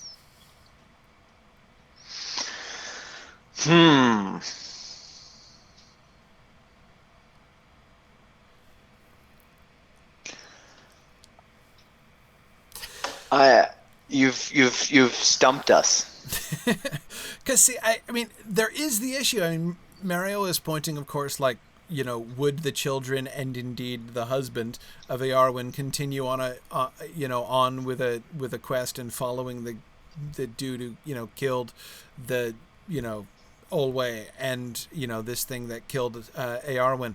It's an issue, but see, I'm okay with that actually. Like, they're not going to be okay with this. This is not going to be... Finarfin is not okay with the kinslaying, right? He was never going to be okay with the kinslaying. Can I see him going on? Yes. I can see him going on and not being okay with what happened, right? Him going on almost in a kind of despair rather than, it's not that he's reconciled to it. It's not like, either Galadriel or Finarfin after the kinslaying are like, well, bygones, let's move on, right? That's not the thing, right? They follow Feanor out of Tyrion because they are willing to embrace that positive vision that we were talking about with episode 1, especially Galadriel at the forefront of that. Now that positive vision hasn't changed, right? Of like what they could accomplish in Middle-earth and what returning to Middle-earth could mean. If anything, what has happened is like the burning of bridges behind them, right? That's all they have now. In the case of Finarfin, he's actually going to keep going for the explicit purpose of trying to talk everybody else into not going anymore. Right. Yeah. So he's done now. After the kinslaying, Finarfin's done. His movement forward is simply because he feels responsible to his people and he wants to save as many of them as he can. Yeah. Not because he still believes in following Feanor. Right. I like that. And then Galadriel is kind of the middle ground where she does still have motivation to go on. But she's not going to disagree with her dad either. I mean, like, she was already embracing the positive despite at least discomfort with Feanor, right? Now her discomfort with Feanor is going to be well past discomfort. She's going to be into open opposition of Feanor. Along with her dad. Yeah.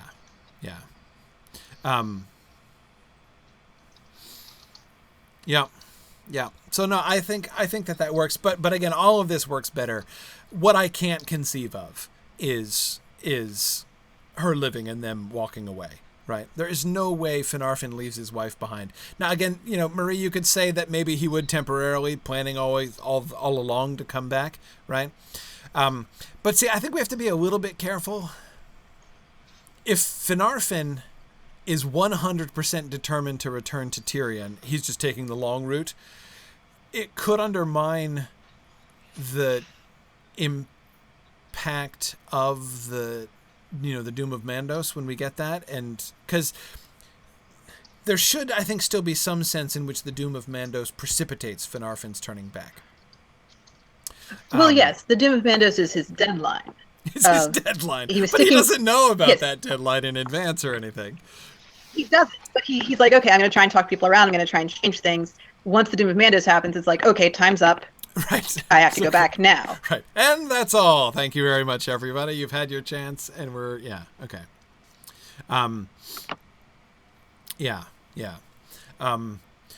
Right. Yeah, but Mario, I agree.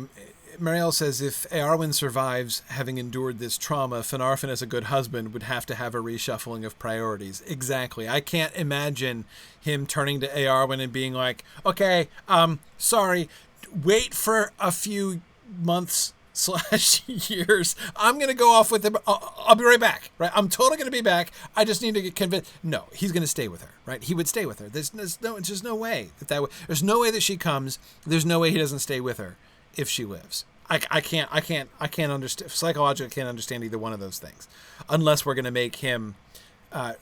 We would be compromising him. Like, there's a 0% chance that he comes off not looking like a bad husband if he abandons her even temporarily and then comes back later on. So yeah. I think that's yeah. Ooh, ouch. Telling point.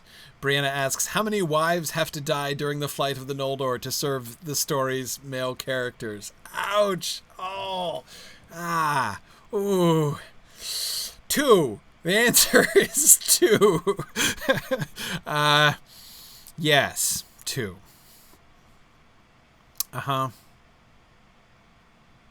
2 is not a very high number, right? But see, this is difficult, Brianna. We've got lots of female characters, right? But we can't get away from the positive stories that are told about all those male characters, right? So we do have to work their stories in. And there's no question that Finarfin is a more major character in the story than Eowyn. I mean, we've realized her in an important way. But no, I mean, I acknowledge the point. I do.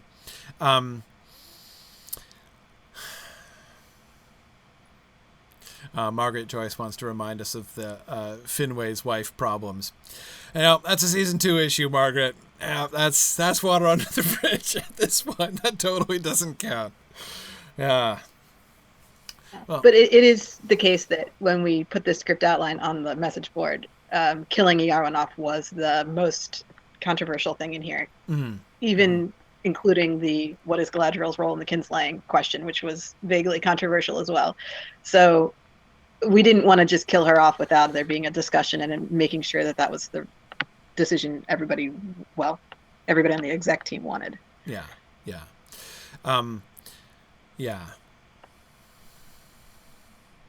Agreed. It is. But hang on a second. I want to push back a little bit more against Brianna's comment.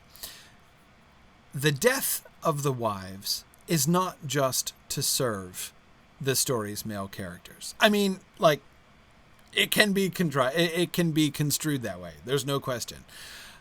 But I don't think that is a fair way to describe the story that we are trying to tell. Nick, as you were just pointing out, Elenwe dies from a course of action that she was recommending, right? We are not making we're not having Elenwe just be some kind of this is Turgon's wife, of course, be some kind of like faceless background character whose only function in the story is to be like an emotional motivator for Turgon, right?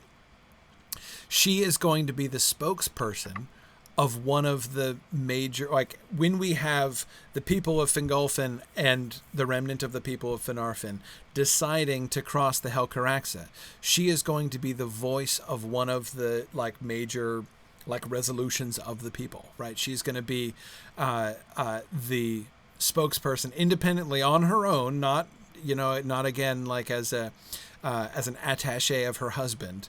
She is going to be one of the spokespeople for one of the things, and the course that she recommends is one that has a cost, right? That is going to come at a cost. There's going to be a price to be paid to do what she says should be done, right? And she pays that price, right? She is one of the casualties of the course of action that she recommends, right? So that, I think, gives her and her death an independent significance, which is not merely derivative of her husband. Of course, one of the consequences of that, and one of the reasons that she is chosen, and that is because Turgon is going to be a major character for many seasons, and we do want the death of his wife to mean, we want to think about what specifically does the death of his wife mean, not just like my wife is dead and I am now sad, but how does that fit into his worldview moving on? So yes, in thinking about the surviving character, we're thinking about that, and it's the same in a sense. The same in a sense with Eowyn, right? We have Eowyn, her death here.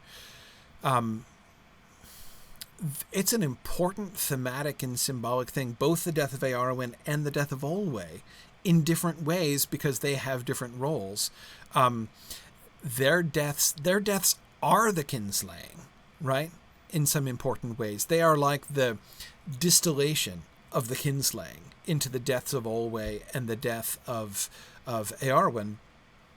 And again, that it's not just about we need an excuse for Finarfin to act in a particular way, so we're going to drag in, a faceless wife for him to motivate him. Again, that would be doing disservice and using female characters simply as a mechanism to support a masculine plot. But I don't think we're doing that with Eowyn or with Elenwe there. Yeah. So, anyway, yeah.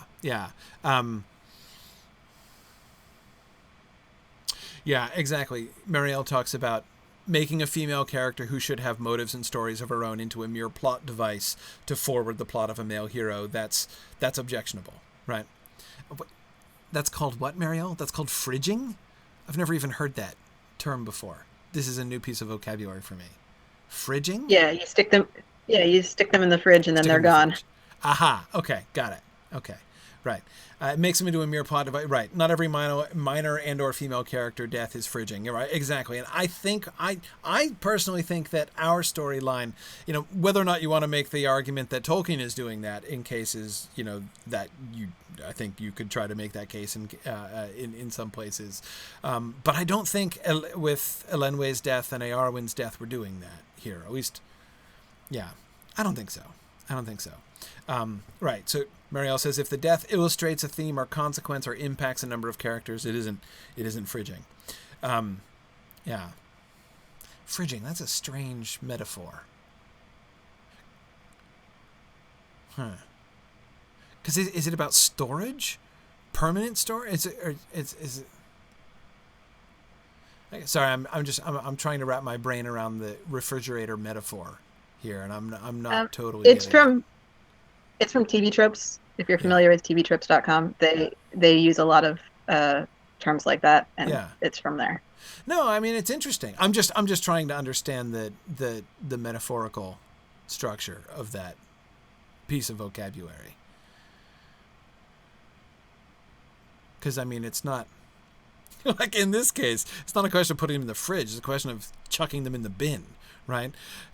So I mean, it's anyway. Okay, right.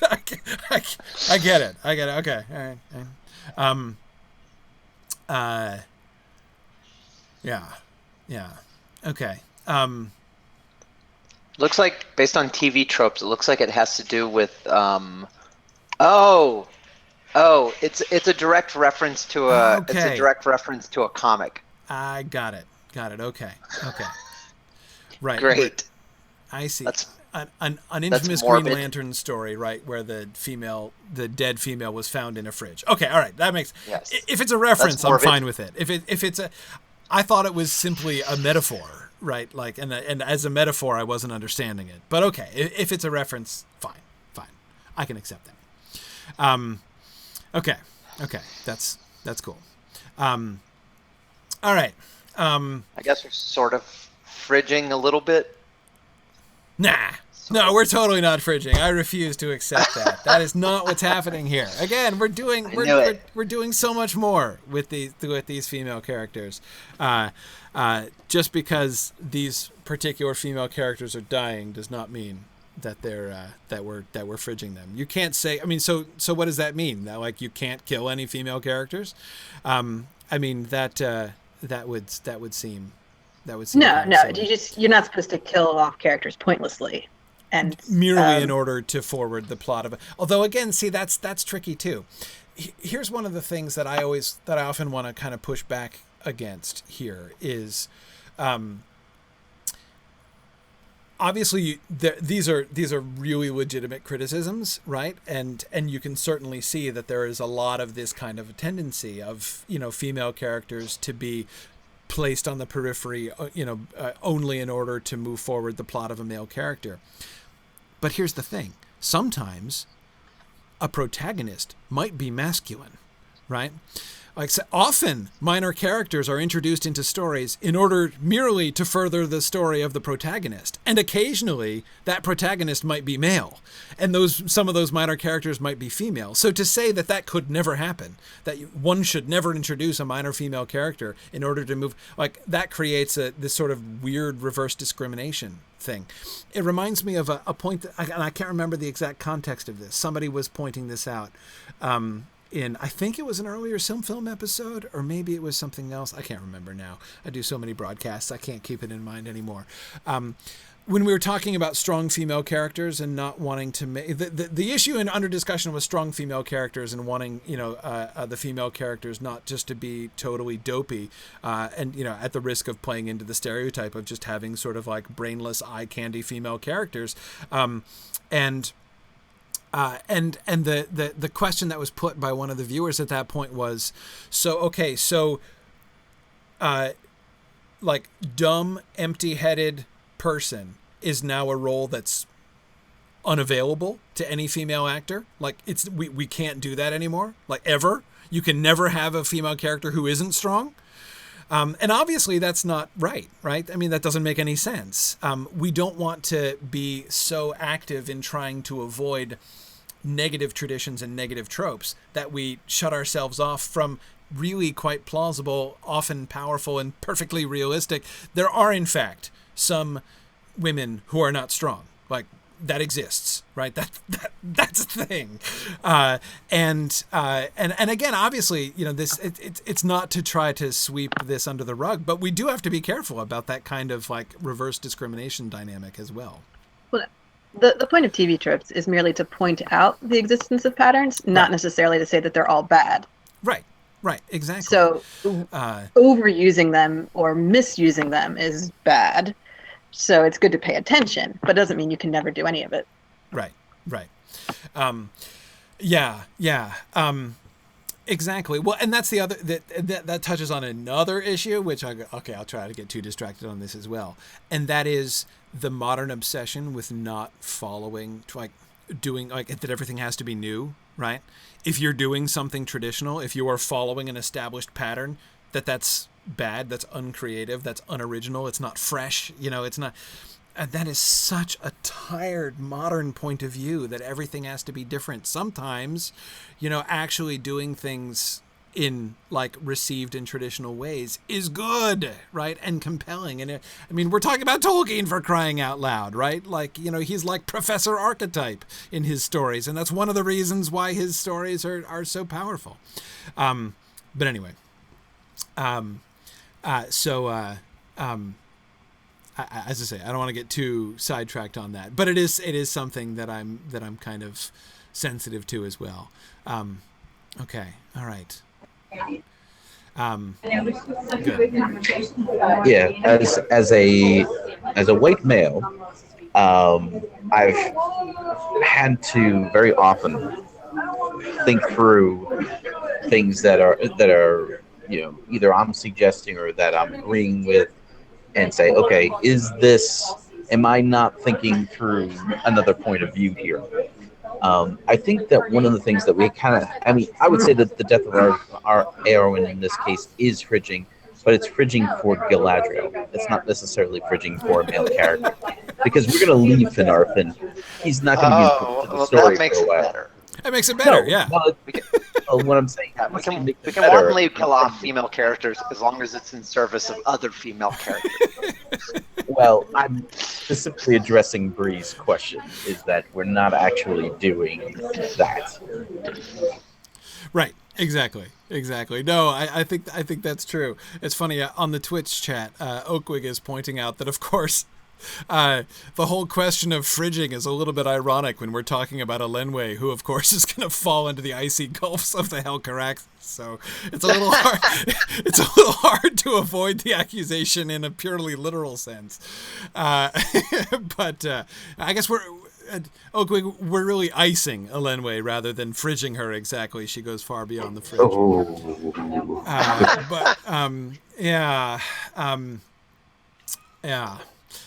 Freezering. Freezing. Here we are. That's it, right? Yeah. Literally, yes. Yeah. Margaret Joyce also points out that it would also retroactively inform the Arwen situation, that is like the Arwen-Galadriel relationship, if Galadriel's own mother dies when she's, comparatively young, towards, so close to the beginning of her career, right? And so it would give a different kind of poignancy to that. Now, obviously, she's not Arwen's mom; she's Arwen's grandmother. But still, she's, especially with the departure of Arwen's mother, there's certainly a way in which Galadriel is kind of in loco parentis there. She's the mother figure in Arwen's life, and so it does add a new sort of level of psychological depth to that relationship, knowing Galadriel's mom's story. If I could come back to a purely mechanical question, still thinking about Eowyn's death. What's her cause of death? What does it say on Eowyn's death certificate? How does she die? She jumps. We had her jumping, right? So I remember this. We had her on the bridge, right? And we had her diving. How is she dying? I want to make sure that her death isn't... She just have a Drowning? death. You want to make sure she doesn't drown to death? Well, I just want to make sure it works, right? That her cause of death can't be... Especially since, as I was suggesting, there's a way in which her death is like a distillation of the kinslaying, right? And so therefore her cause of death has to have a sort of symbolic weight, right? It has to make sense symbolically. So example, Mike, falling into a shark's mouth, that's a good example of a bad death for Eowyn. That would not work at all. But sorry, go ahead. What we did with her is we had her see the host of Fingolfin approaching one side of the arch and Maedhros coming up the other side. Mm-hmm. So her archers are trapped, essentially. And she then jumps off the arch into the water, but she strikes a rock on the way down, which is why Galadriel is immediately thinking that her mom might have just died and runs to save her. Because we figured that she's a good swimmer. And the arch isn't so impossibly high that you can't dive off of it into a harbor, which would be plenty deep water. So there would be no reason for her to die unless she were struck by a boat or a weapon or a rock on the ledge or something in the process of jumping in the water. Yeah, I agree. Drowning wouldn't work, both from a practical standpoint. As you say, you got to think that the Teleri are reasonably good swimmers, and just, again, symbolically, that doesn't seem to work. It's not the sea that's going to kill them, right?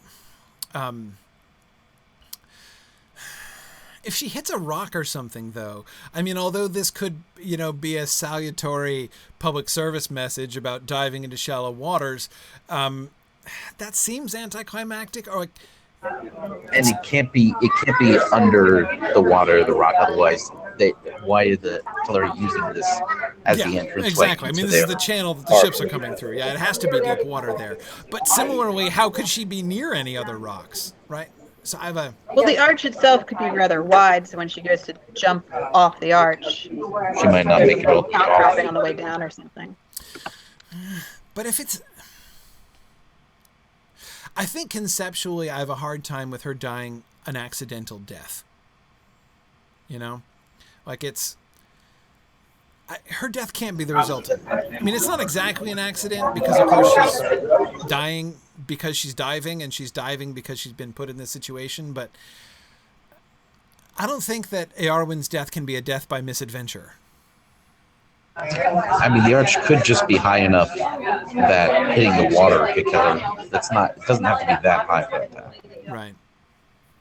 I mean, humans can safely dive off of 115 feet into shallow water, so Yeah. I mean, it would have to be pretty high for to die from impact. People jump off of bridges all the time and die from it, though. No, I mean, yeah, we can do that, but still, that's again. Then her cause of death would be like, what causes her death? The sea. Again, I don't want the ocean to cause her death. That doesn't seem to work. I mean, unless she hits a passing ship, I don't see. The other option is just for her to take some sort of weapon and fall from the bridge instead of diving. Mike and Tony both are suggesting independently here that she could die from some kind of friendly fire, which would be interesting.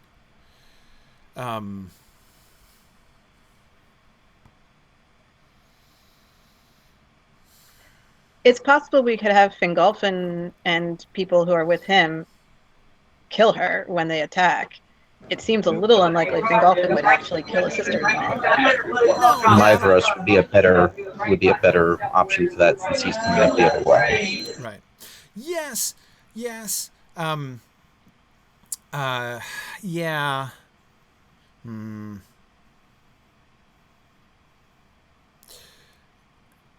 kind of like having Mithras' people kill her is a little easy. I mean, it's, it's fine. We already have blood on Finarfin's hand, or Fingolfin's hands, right? At least the hands of Fingolfin's people. And we arranged that, I think, in interesting ways.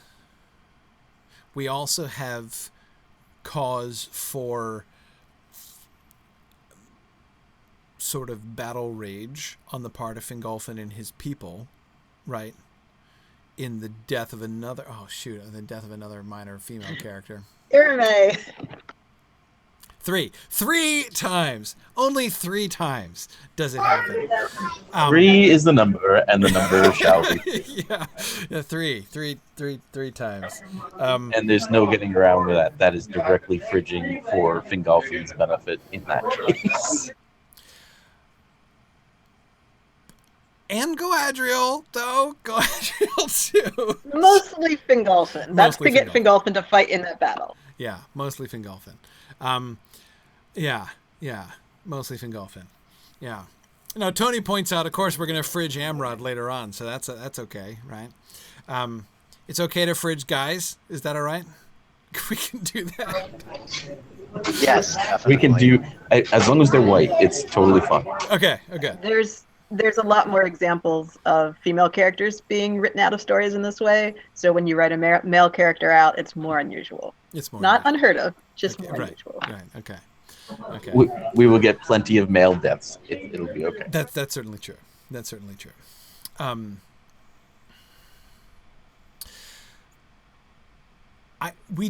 I don't think that we have to have if Eowyn is killed with a weapon of some sort. I don't think we have to have her being singled out for death, right? I don't think we have to depict Fingolfin or anyone else coming up to Eowyn and deliberately stabbing her, with malice aforethought. Especially on the bridge. On the bridge, we have, arrows being exchanged, right? I mean, simply having her standing there and having an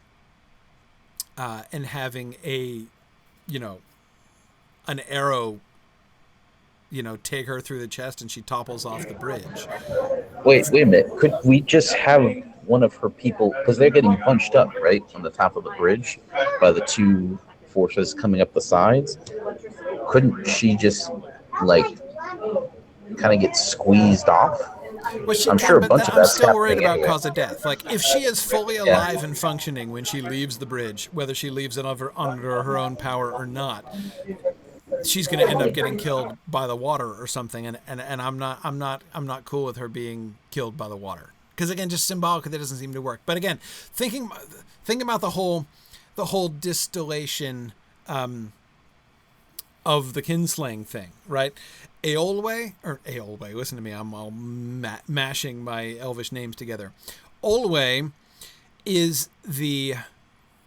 being murdered by Feanor distills the whole, like, the malice of the Feanorians, right? That is like the one symbol of Feanor's willingness to kill in order to get his way, right? In order for, to accomplish his end. So we show that we distill that into the person of Olwe, right? What are we distilling into the person of Eowyn in her death? And I think that it works reasonably well to have her be the one of, basically she is the representative of, like, the other Teleri who get caught up in this, right? So to have her die almost incidentally, right? That is to say, again, not as the result of a climactic fight or a climactic moment when somebody chooses to kill her, right? But have her just take an arrow in the crossfire and be killed, right? So she dies like the many of the standers by here. And I actually like it being Fingolfin's people, like the arrow coming from Fingolfin's people. And the reason I like that is, again, we have both sides of it, right? The Olwe's death is the distillation of the, like, active aggression of Feanor and his followers. But of course, that's not the only reason that Teleri die at the kinslaying. They also die due to the, like, tragic misunderstandings and miscommunications that brought the people of Fingolfin, who do not have the same malice, that same kind of determination that Feanor does. And so to have her be sort of the representative of those who died tragically in that way. So to have her just kind of take an arrow. Mariela's wondering if she could put herself in between two combatants to try to stop the violence, and ends up getting killed sort of accidentally that way. That would make her a little bit more active rather than just standing there and then suddenly dying. If she's stabbed, it's a little harder to chuck her off the bridge, if we still want to chuck her off the bridge. That image of her falling from the arch, I think, is a. But actually, the more I think about it, the image of her corpse falling from the bridge is, I think, even a more effective symbol of the kinslaying, right? And what happened, rather than her attempting to escape it and failing or something. Well, you can survive being stabbed for at least minutes. So. Oh, sure. No, you could do. She could have a whole Shakespearean soliloquy and then fall off, right, if we wanted to. But no, I'm just thinking mechanically. Yeah, I mean, there's time, but it would be a little bit hokier, right? I mean, if she's, I could see her kind of like pulling back to the edge, right? As she's like trying to back away. She's just horrified at what's happening, right? And so she sort of backs away to the edge of the bridge, and then she takes an arrow in the chest and topples over, right? Whereas if she's actively engaged in the combat, she then has to, do something. I guess she could throw herself off after being stabbed, right? So she gets mortally wounded, and then we see her cast herself off. But again, I ask, what is the function? What is the symbolic function of her choice to throw herself off the bridge? I don't know that I want to have that kind of, because that looks like a self-destructive move, right? And I'm not sure that I want to have that element of self-destruction in, again, sort of symbolically attached to the Teleri here, because I don't think that that's what's happening. Well, I mean, I don't think that it needs, like, she needs to be aware that that's what she's doing. Like, if she gets stabbed and she takes several steps before we see that she has been stabbed, and then we see that she's been stabbed and she falls, that, I feel like, doesn't look like she's just wandering around with her sword poking at her or something like that. Right. Right. We could have her, so Karita's making another suggestion. Do we actually have her not trying to stop the fighting, but taking up a weapon and engaging in the fighting? She could, of course, see her dad get murdered by Feanor and say she's not having it anymore, and she attacks and gets killed. I think the plan that we had come up with was that she sees Olwe get killed, and that it's her that gives the order to loose the arrows on the Feanorians. Right. Yes, the whole point was that the Teleri did not fire weapons back until the death of Olwe. Until that point, right. So that would actually, so if we have her actively then leading the assault, So she could be just involved then. She could just be falling because she's one of the aggressors in that element. So that actually, I kind of like that. I kind of like that better, because then we have Olwe as the I am attempting to resist passively and being murdered element of Teleri death, and the I am fighting back against those who are killing us and taking our ships by force. Both of those elements exist within the Teleri. So again, thinking of my distillation of the kinslaying thing, that would work. Speaking of Olwe, because I know that you're probably running short on time. Yeah, I am.